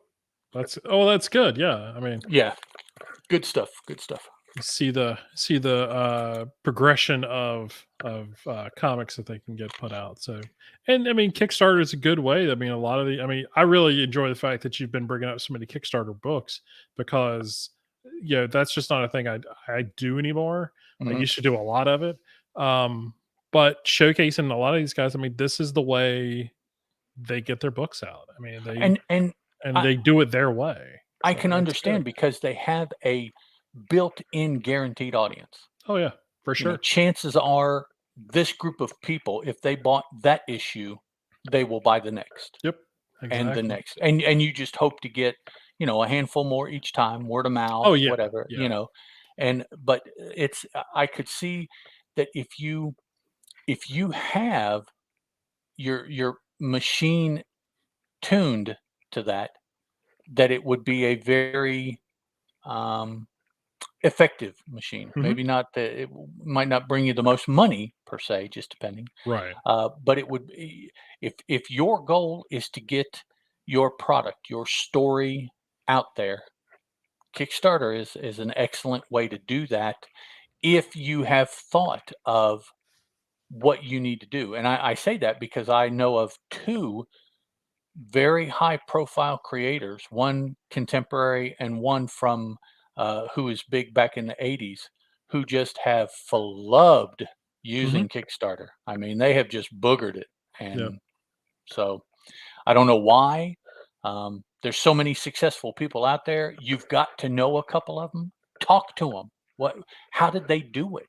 Yeah. But and so when stuff finally starts rolling up, so many of these people that have difficulty say, well, I didn't realize, I'm like, resources. Oh, yeah. Use these other creators as resources, man. There are, and it doesn't have to be the Ethan Van Skyvers and the big name people that are doing this. It's somebody just like you who 3 years ago had not done anything. And now they're on their 6th consecutive successful Kickstarter. Talk to them, find out what they did and do it their way, just like Frank. So all the, not to give us a super long Kickstarter talk here, but there are folks that, like I said, I used to buy a lot of stuff off of Kickstarter, and now I've kind of had to cut it way back because it got to a point where it's like, I was spending more money on Kickstarter, way more money on Kickstarter than I was at the comic shop. I could absolutely see that. And so, but there are some that I, obviously, we've talked about it before, Paper Films, Palmiotti and Connor, any of their stuff I'm going to back. But Comics Tribe, I mean, those guys, Tyler and Joe and I just, anything that they put together, and Tyler is super good at Kickstarters. And if you ever want to, and I'm not trying to plug his stuff or anything like that, but he does run I forget what it's called. It's like comic launch or something like, but he does a tutorial class or something like that to that effect to teach you all the ins and outs of Kickstarter. It's basically like you just said, learn from his failures. That's the best thing. So Hyper Potato saying Kickstarter is great, rolling in man, and it's Silverline. Yes. Yes. I do recognize that. Yeah. Silverline is another one that I look at every time they put something out. And I've been keeping up with several of their series. Yeah. Doug is completely clueless about Kickstarter. That's fine, Doug. Yeah. That's not a problem. If you're a lot like Doug, I mean, just never been on Kickstarter or never checked any of this stuff out. Look,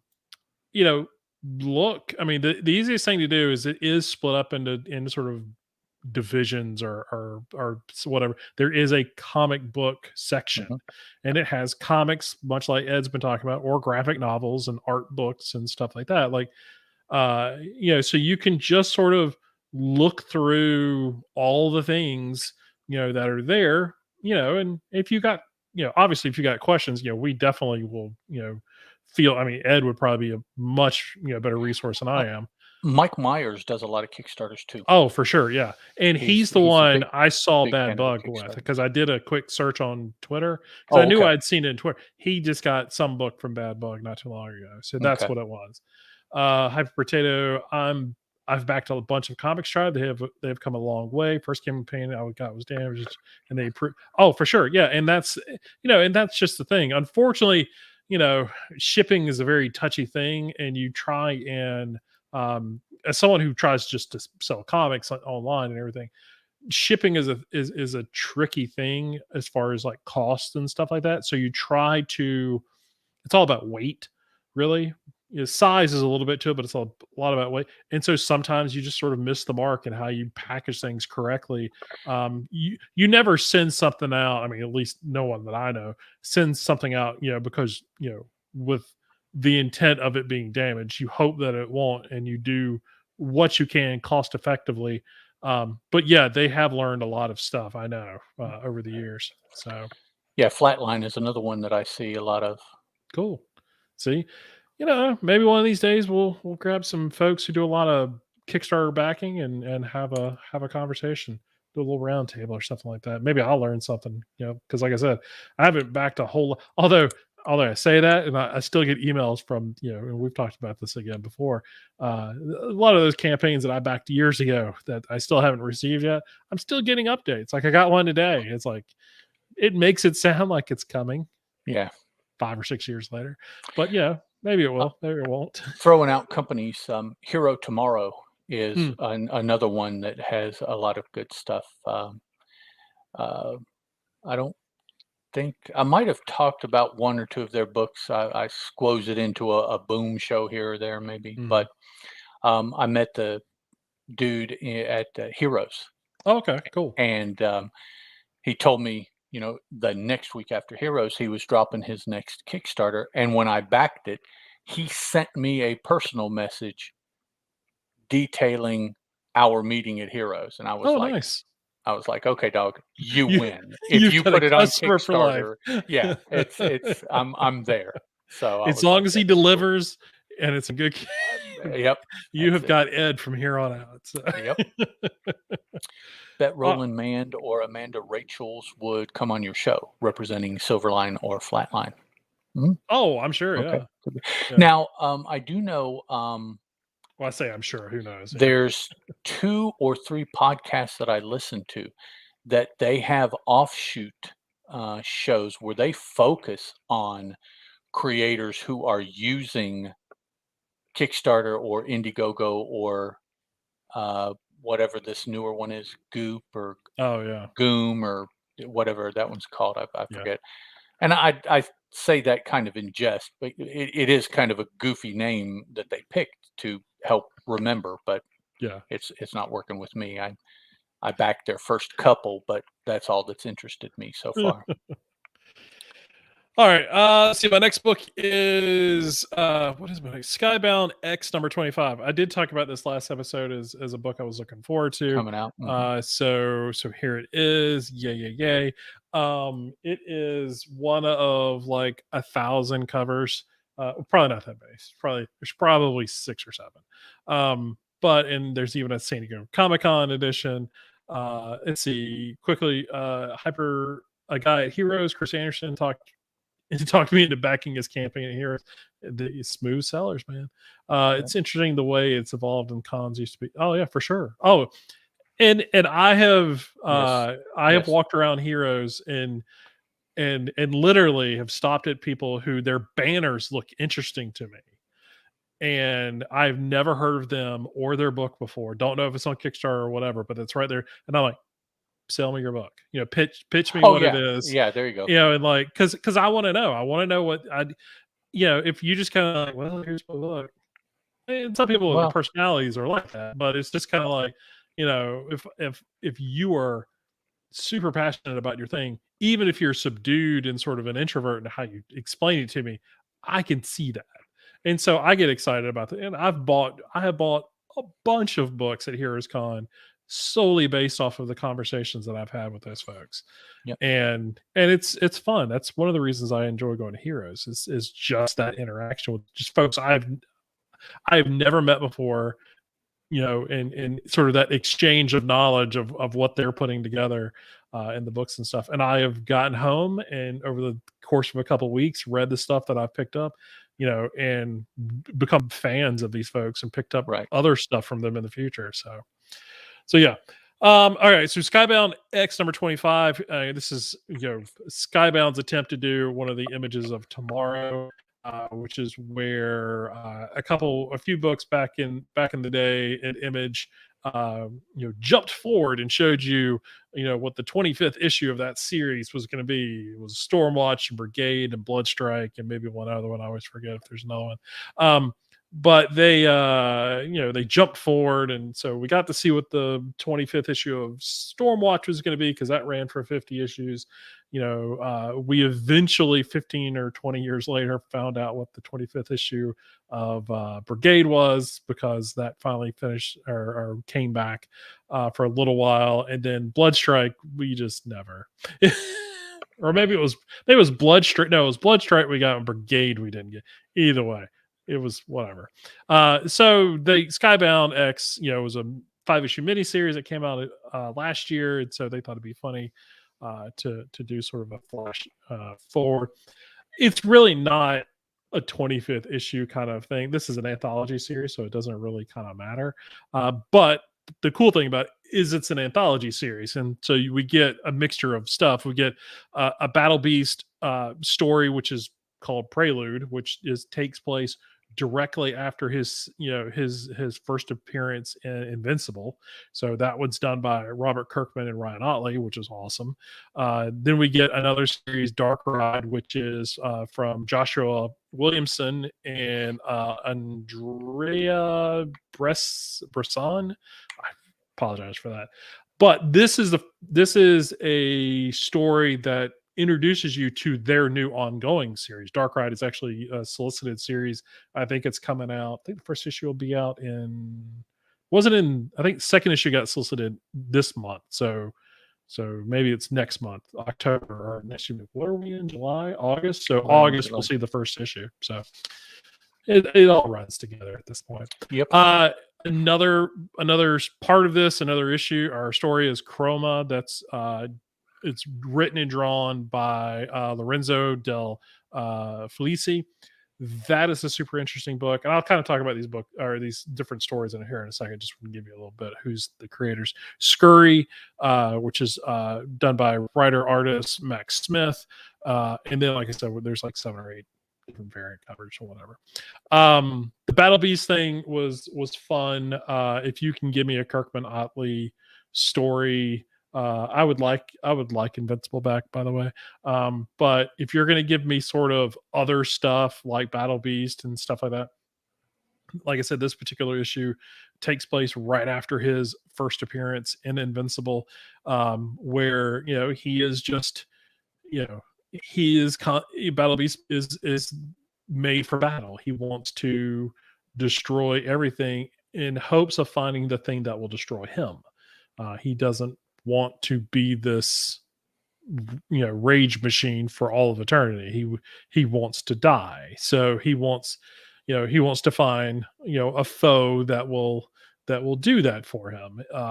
But he can't find one. So sounds kind of like Berserker. Kind of, it does, as far as the character. Yeah. And so in this short story, it's sort of him coming across a spaceship where he had slaughtered the crew, and the AI system, AI system's like, I'm just a computer. I'm just here to help, and so they sort of become mutuals because the AI is like, if you keep the ship alive because you've killed everybody, you at least have food, and I will use my vast computer array system of all the planets and cultures and whatever in my records. I'll take you to them until you find somebody who can do you in. And Battle Beast is like, sounds like an adventure, and that's a series I'd be interested in reading every once in a while, not every month. Just okay, Battle Beast slaughters the civilization. Another story. Yeah, for but this month, and then 3 or 4 months later. Yeah, give me something else. Yeah, but it would, again, if you give me a Kirkman Ottley story every so often, I'll be a happy camper. So it was good. Dark Ride was, like I said, it's an introduction to the new series for Joshua Williamson. It's a it's a theme park. It's an amusement park that has very sadistic, dangerous rides, and there could or could not be demons that are the rides are working there, or they just might be making the patrons sadistic killers. Who knows? And so this one, I don't know if you've ever been to an amusement park, Ed, where you've had to stand in line for an hour or two. I have, but I refuse to stand in line for an hour or two. Yes. But this is where this is what this story is. It is this dad with his 2 kids, and they are. I hope there are no demons. Well, you never know. Disney, have you been there?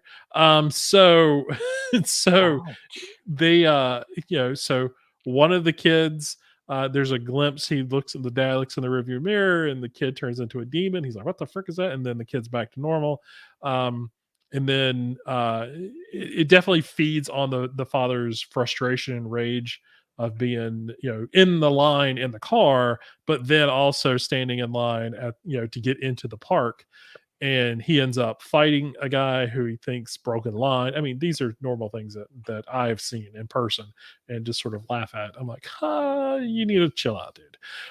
But it's sort of, again, is the park causing this or not? Because not everybody is doing this. It's just sort of individuals and stuff. So it's Joshua Williamson kind of having a little fun. Chroma, I don't know what's going to happen with Chroma. I don't know if it's a ongoing series or we're getting more from this in a separate series or whatever. But it's interesting because it's about it's about a world that has this village is all pale. They're all it's black and white. It's void of color, and so they are thinking they are the last of their kind, of their world. And so they have to, as sort of time moves on, they have to expand their village a little bit in order to have room for the people that live there. And so outside of their walls is color. It's just, for whatever reason, their village is void of color. And so they have to, the color burns them. And so they have to sort of expand their city or their little village in order to survive and everything. And creatures that are outside or, threaten them, even the friendly ones, like just like a deer showed up to this one guy and he like lost his mind because he was in color. And so sort of insanity ensues, and it's an interesting story. I enjoyed it. I would like to see like a graphic novel or something, like a bigger story about this village or something like that. But it was a good little anthology story. And then Scurry I didn't like as much as far as the story goes, because it's about some animals, a dog, a rat, a cat, kind of escaping. It wasn't quite Incredible Journey, but it was kind of that sort of, they're having to rely on one another to survive. And the art is beautiful, that and the story was good. It's just not really something that I'm a big fan of. I'm not a big animal fan as far as in comics like that. I'll give you one guess where the first 3 OGNs for Scurry were published. Oh no.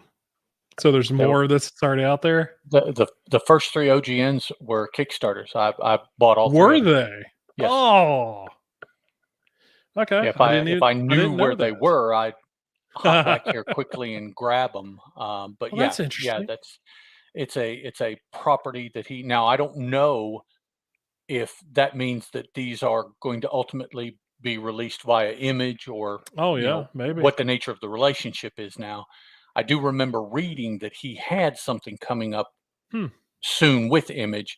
I don't know if what I was reading about was this or was, a mini ongoing or whatever. But yeah, I have 3. They're trade size, but they're OGNs. Nice slick paper in that exact same style. Nice big thick jobbies. 3 of them on my shelf back there. Cool. Like I said, the art is beautiful, and it's not that the writing is bad or anything. It's just not my thing. Well, yeah, it's a genre. It's a not an end of the world, but a or not dystopian, whatever you want to call that, where the world has been destroyed.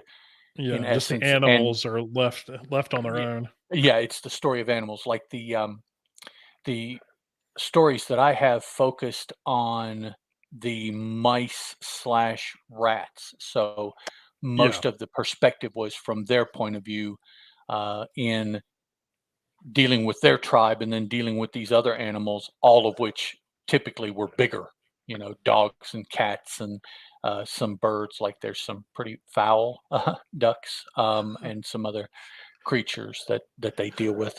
Yeah, this focuses on this mouse rat pair looking for food and stuff like that, and they run into like a chihuahua and another I think it's a hedgehog.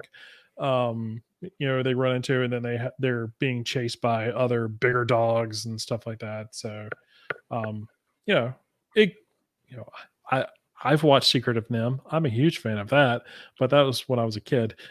And so I don't know, it's not a thing for me, but what were the novels? Redwall, is that the name of it, the Redwall series? Oh, I don't know. With the Yeah, there wasn't anything in it that made. anthropomorphic animals. Yeah. The Redwall? Yeah, there's a series of novels. Redwall, the writer died here within the last 15 years or Oh, so, and okay. he would produce one every 8 to 10 months, and it was one would be about his hedgehog character and what he went through. Gotcha. One would be about a cat and what he went through, and it was different animals all in. They were all interrelated because they were all in this same animal world, Mhm. and this main character was a supporting character in this novel and was just mentioned in that novel, and so he really tied them all together. Okay. Cool. Yeah, he says Scurry in the bio, says Scurry is his debut graphic novel. So maybe this is part of one of those graphic novels. Okay. Maybe. Oh, okay. Maybe he clipped out a part and Yeah. sent it to Image to put in here. Yeah, maybe. So so that was Skybound X25. I mean, it's definitely a one shot. We're not going to get 26 next month. I do. We'll go back and get issue 6 maybe. I enjoyed the first 5 issues. I like the characters and all the various series that Skybound's put together. I mean, they obviously they're publishing through Image, but they've got there's a lot of series that sort of use that imprint, and so I don't mind. I would like to get an anthology series that would give me some of these things. Some of these series we just don't read. They don't make anymore, but every so often, hey, yeah, Donny Cates wants to come back and do right. do something with some of his characters and some of his other series and stuff, just a one shot or something like that. So good stuff. All right, man, what you got next? All right, my third one for this episode is Miss Meow from Merc Publishing. Oh, yeah, you talked about this last time. And this is in relation to a character, that's in here. The Death Merc. Yeah, this Death Rage. Here. Death Rage, yeah. See, I remember. Oh, yeah. Yeah, this is him. He's very Deadpoolian in his character. This is a mask, and it has almost like a neon face that will change, like neon lights would change. Right. And so it had, he'll emote very primitively because of this mask and however it's made. Okay, written by Murphy with Aaron Sparrow, and it's Murphy, just one name, one word, Murphy. Illustrated by Victor Serra and Fernando Malik, colored by Gaston Zabeldia and Ezequiel Dominguez, lettered by Joel Dominguez. Character designs by Jamie Tyndall. You probably recognize that name. Do you recognize that name? Yep. Jamie Tyndall. Plot director Jamie Tyndall. And it was created by Jamie Tyndall, Sean Hodachko, and Murphy. So now, don't form your opinion just from the cover, okay? It's a very magazine-like style. Very Aspen art, shall we say? Michael Turner-esque. Yeah. And that's the first issue. Look at the second issue. And these are different covers. It's almost like mirror image. But yeah. And so this world, in this world, there's a corporate group of assassins, organization, a corporate assassin organization. And then there are unsigned free agent assassins, okay? And it very much feels like you would a sports team in our world. They're big media, Everybody follows, has their favorite assassin, and you know, all of they're assassins, but it's like your favorite ball player and your most valuable player for this year and your favorite team and all this. But it's assassins. Now, we haven't really seen who they assassinate. And actually, at the end of the first issue and the beginning of the second issue, the storyline involves a breaking and entering to get a archaeological artifact. It doesn't even involve assassination at all. So, but this is the main character, and inside the art actually is.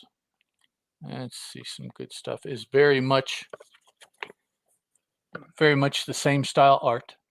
Oh, okay. And it does in the second issue. This is probably the most salacious outfit here. So it you know, it does get kind of good girlish. She is a free agent and is well known for refusing to join any corporate assassin troop. She has her own thing going. She devised a method of helping more than one person fight in tandem and work together.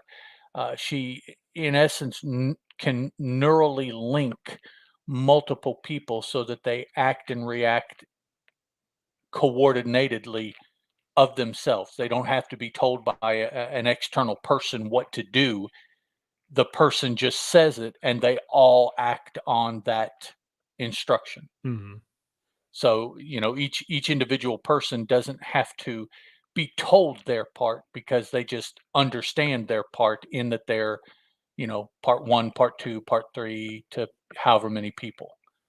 And it's a switch. You put on this uniform that has a headpiece, and she can turn it on and off, and on, and you work in unison. Off, everybody can work independently, but she doesn't per se like control them. It's not that type of thing. It's almost like they all become parts of one whole when it's on, rather than being individual when the off switch. So she devised that, and she recruits people to be used in that sort of system. And so she has her group of assassin followers, with her being the prime assassin of her group. The corporate assassins, we saw a group of about 6 of them, and they all look like heroes. They all have their different outfits and their different colors and their different methodologies and all that. Nice. So yeah, it's like the Avengers baseball team of assassination, kind of, if you had to There you go. mix them all together. Very 93, 94. Very. Oh, okay. In the style of writing, also the way that females are handled. If you're, you know, if you're not a fan of that, there are, like, here is a group. Let's see which way this way. Here is a group of assassins here. You see, they look different, like different superheroes and whatnot. And yeah, I got it because I got these after the fact, because I was getting ready to purchase, or it was getting ready to come in, the book with Death Rage, who is that character with the mask, and he's got the almost like the neon smiley face thing that I know you've seen, Oh, yeah. like almost like an emoji. It looks like Yeah. a digital emoji that's on his mask. Very Deadpoolian, but amped up. Not Yeah. funny, but mean and violent, but very quippy, very seemingly non-serious, very good at his job. He has a daughter who his behavior is constantly embarrassing. So if she's there, that's the uh, the give and take between them is she's wanting him to not do things to embarrass him, and he just does these psychotic things because it's the way he is. Just good for me. It was just good, like Professor X. Yeah, kind of. Yeah. Good 90s fun, and that's what I was hoping when I saw the covers. Again, that's it's very good girlish, like I say. Aspen, Mike Turner, whatever, early Witchblade, early Tomb Raider, all that kind of negative as far as what it looks like, but that's the intent, because that's where the book is set. And they use it. To me, it seems like they use it as a story element. They don't use it because they believe it, right? Like those 90s properties, because they knew that it would sell, and that's why it was done. Oh, for sure, yeah. This is more like, yeah, well, it might sell, but we do this almost tongue in cheek, it seems to me. Right. Yeah. Particularly when you look at this Death Rage and some of the other characters, they're just so over the top that it's like it's almost a parody.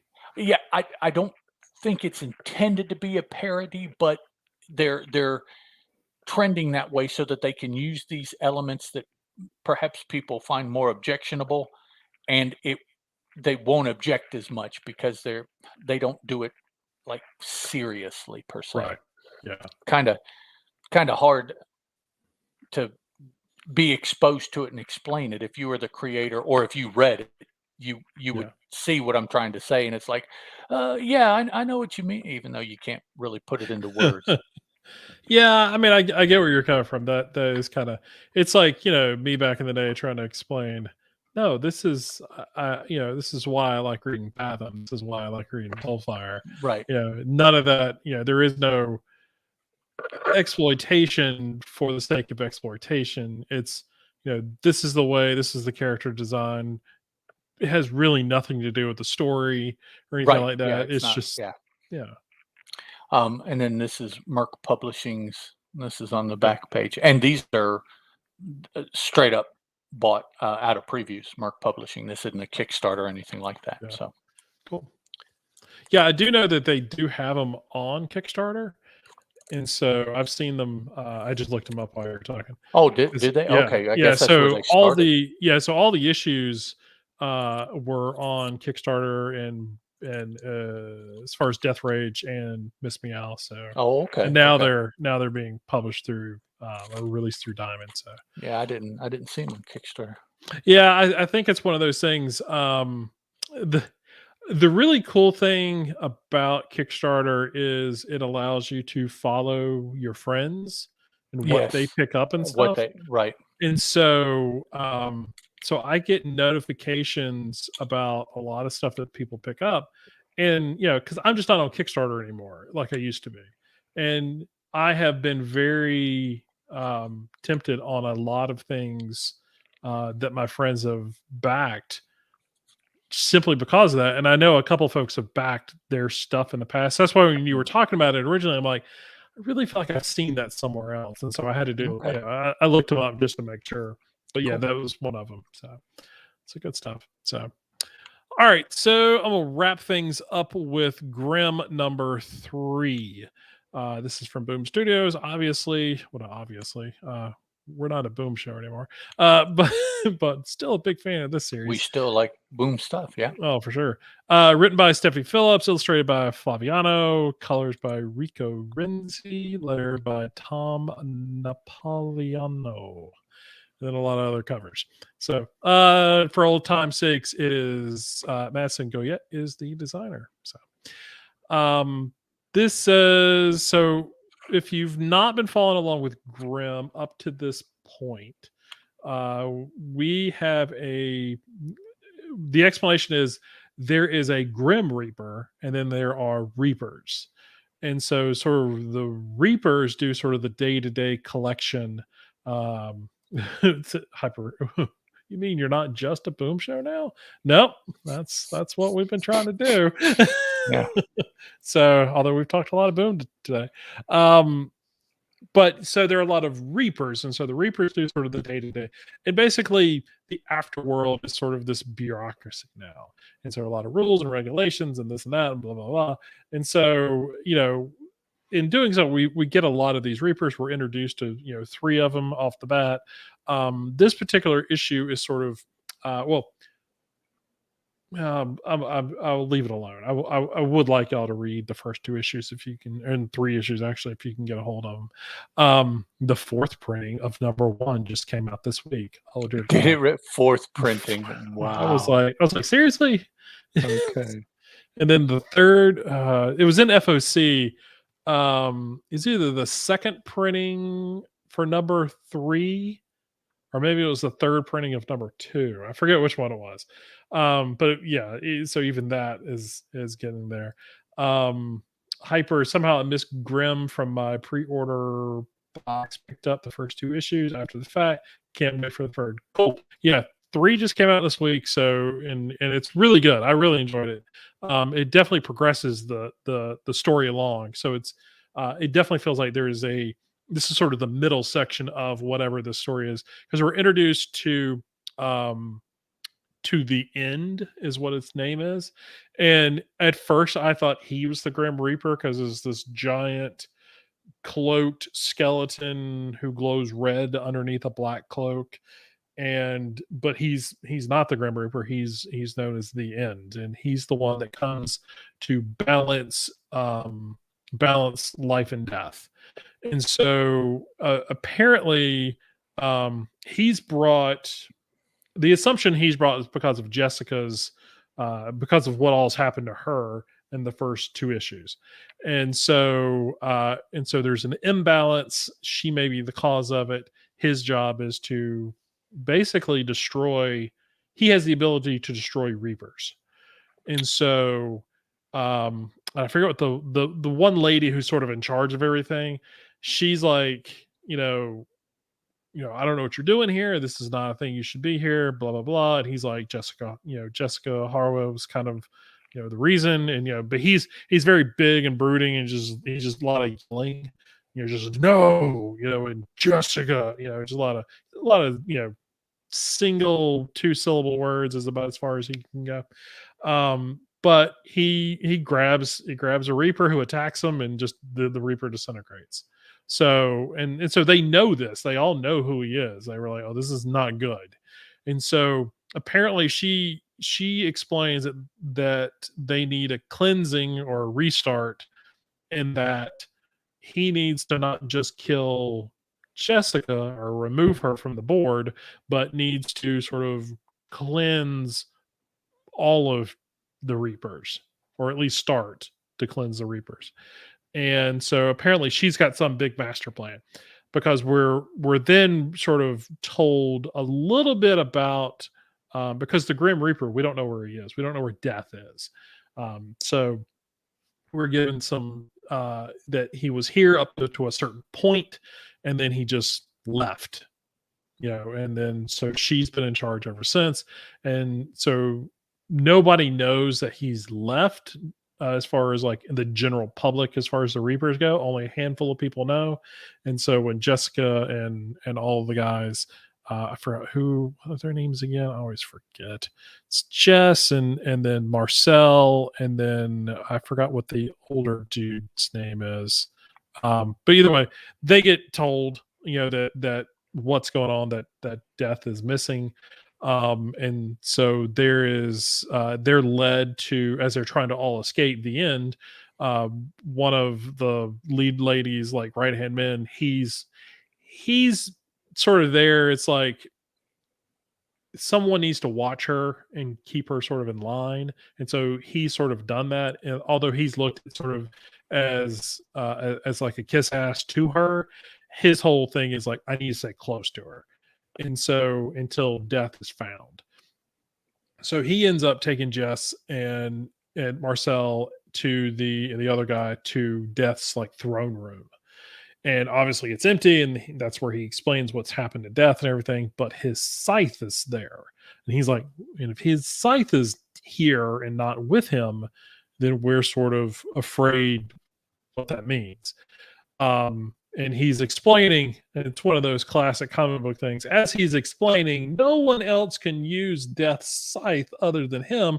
Jessica grabs it, and a big yellow blade appears. And he's like, I don't know how you did that. And so she's like, I don't know how I did that either. So, but at least she now has a scythe. And so, the end grabs her and they kind of fight for a little bit. He doesn't disintegrate her, but the other dude who was helping them, who's explaining everything, he sort of becomes the buffer between them so they can all escape and everything. So that's what happens. They escape, he gets killed. And then that's kind of where we're left. And then sort of a really good thing that I didn't expect to see from a comic, which is kind of neat, is that they do the issue the scene where the end grabs the guy and he disintegrates, and then they do sort of the title card where it says, it's got Graham, it's a double page spread or whatever, and then when you flip the page, instead of showing ads, they do an epilogue, and there's a dude in Vegas who I'm under the impression that this is Death. He's just a dude in a cowboy hat, sort of, you don't see his face or anything like that, but he's playing the slots, and a skull comes across, one of them, and he's just like, happens all the time kind of thing. And then that's it. That's the end of the issue. So it's this sort of, mid-credit or post-credit scene or whatever, which I kind of was like, oh, well, that's not a thing I see in comics very often, so I applaud you for doing it. It was kind of neat. I wasn't expecting it. So there's that. So at least I'm under the impression that this is Death just taking a vacation in Vegas, which, where else would you go? I mean, I've been to Vegas. It's, you can kind of, it doesn't matter who you are, you can get lost in the crowd. No big deal. So maybe that's what he did. So really good issue. Art continues to be great. Coloring is awesome as always. The coloring is probably the hero of this creative team. Not to say that the art is amazing, don't get me wrong, but just the various sort of abstract colors, very bold, purples and reds and blues and stuff. Flaviano, who's doing the art, he's literally doing everything, the pencil, the inking, and the coloring. Just a phenomenal job from cover to cover. So however long this series goes, I'm on board. They definitely sold me by the first issue, but it's only gotten better ever since. So if you haven't read this, sorry, spoiler, they're a little bit better. Sorry. but I always forget about the spoiler thing. But yeah, good stuff. Doug said, I thought this issue was great. I'm loving how the stakes are getting raised. Oh, definitely. This issue definitely did that. So good stuff. All right. Anything else? I don't think so. There's a lot going on there as usual. That's plenty for a week until next episode comes out. Definitely. So come by the website, comicaddiction.net. You can find this and Boom Addiction. Obviously, all the stuff's on the feed.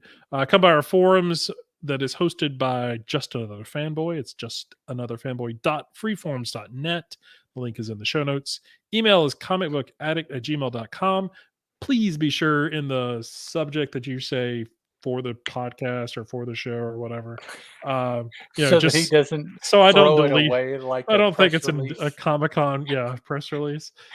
I would hate that if I did that. I just went through my inbox and cleared like a press release. So I would want to respect you way more than that. So press releases aren't important, but yours not anymore. So they're not. Need to separate them. It's really cool. So, and then like and subscribe, kids. Indeed. Yeah. So if you were watching us on YouTube, great, awesome. Thank you very much. Especially if you're here live in the chat and everything, we appreciate you doing that. But if you're watching us after the fact, definitely subscribe to us because we post an episode every week. Like the episode, that would be appreciated as well. But the biggest thing is we just appreciate you checking it out, just listening to it and watching it, whether it's here on YouTube or any of the other podcast catchers and feeds and stuff like that. Just checking out the show is always a good thing. So Hyper Potato, I've been emailing the show about your vehicle warranty. You are not the only one. So, and that looks like a press release. It goes to spam for some reason. It's crazy. You can follow us on Twitter. You can follow the show at Comic Addiction. You can follow Ed at Teal Productions. You can follow me at Chris Parton. Those are easily the best ways to get in touch with us. You can either tweet us at reply to us or DM us. My DMs are always open. Just for fun and kicks and giggles. So do that. You can also come by we do have a Facebook page. If you want to come out of the group and join that. Nothing's being posted over there, although I probably should start posting these episodes because there are a few people that still, like and whatever on there. But you can also come by our Boom Studios, fans of Boom Studios, what it's called. Ed is posting all the press releases and previews and things like that so that you are well aware of everything, or at least I would say 94.5% of what gets posted on the internet as far as Boom Studios information. San Diego Comic-Con is probably keeping you busy. Boy, he's wound up about that warranty, Chris. You have got to see that warranty. He's gonna slide into my DMs about that warranty. I will easily delete it. It's really bad when they have to come to the YouTube channel to catch start you. Coming Yeah, after really. me. Yeah, haven't been able to get in touch any other way. You have not answered our phone calls or emails. I've DM'd you. Yeah, coming for you. So it's kind of like that insurance claims guy in Amazing Spider-Man that just sits at his stoop outside of his apartment. I'm like, dude, there's no collection agency that does that. Nobody. There's something else going on there. I guess when that's all that's left, that's what you got to do, man. So, but yeah, good times. So if there's nothing else, this was episode number 141. Next week will be number 142. Again, appreciate all of you for joining us here on the YouTube and in the chat. Doug, Hyper Potato. That's one word. I pause there. I apologize. Hyper Potato. Mike Myers for joining as well, and everybody who does and has come into the chat in the past. Appreciate all of you listening to us on the podcast again. Thank you very much. And we will catch you next week again with 142. Ed, as always, thank you for joining me, sir. Yes, sir. And we will see y'all next week. Goodbye. Ciao. I sort of forget my little rant there at the end. I always have to come back to it. I totally got off my rocker there. So again, everybody in the chat, appreciate y'all for joining us. I'm gonna go ahead and sign us off here a little quickly. Not any no emergencies or anything. Not like last night. My son, 9 o'clock. My son's calls me from work. Is like, hey, I fell. And he works at a home improvement place. So he was helping a customer drive their new riding lawnmower up a steep ramp into the back of their truck. And it's a rear wheel drive. If you know riding lawnmower, the seat obviously is far back. The main weight of the mower and him are in the lower part or the back part of that. Anyway, it just sort of tilted backwards. And so he fell, and he's kind of vague. He didn't hit his head or anything like that, but he's a little vague on exactly what happened because the way he described it to me is he's a ninja. But he said he fell backwards. It's one of those things. He knew that the mower was coming behind him or on top of him, and so he banged his knee real bad, but he was able to kind of get out of the way. He got hit a little bit on the leg by the mower, but so we ended up taking him to the local ER because urgent care was closed at that point. So we were there till we didn't get home till 2 a.m. He's fine, everything's good, so no big there. He had today off luckily, so he's been just sort of chilling out, but he didn't even go get his painkiller prescription filled. He's like, oh, I'll be fine. He's going to work. He's got work tomorrow, so he'll see how that goes. But yeah, I was like, oh, I really hope this doesn't. It's like all my kids are. My wife is out of town with her mom, so my kids are. My kids are in their 20s. My daughter doesn't drive because thinks she lives in New York. So. Well, she apparently has a dad that'll take her to work. So why does she need to drive? She needs to get paid, man. She needs to make the money so she can pay for Oh, because she's paying for her own school. So she stepped up and decided to do that. So okay. So anyway. So yeah. So I'm tired. I'm exhausted. I'm working on less than 6 hours of sleep. So wolf. So I appreciate that. Hyper. Yeah, he is okay. He like I said, the way he described it to me, he may be a ninja. He's my size. Like he's as tall as I am. He's maybe a little taller than me, like a fraction. But he and I are built the same. The people at his at where he works were like, "Oh yeah, you're Canon's dad. Definitely, we can tell a resemblance." All right, folks. Y'all have a good evening. We're going to sign off real quick. So bye, see everybody. y'all next week.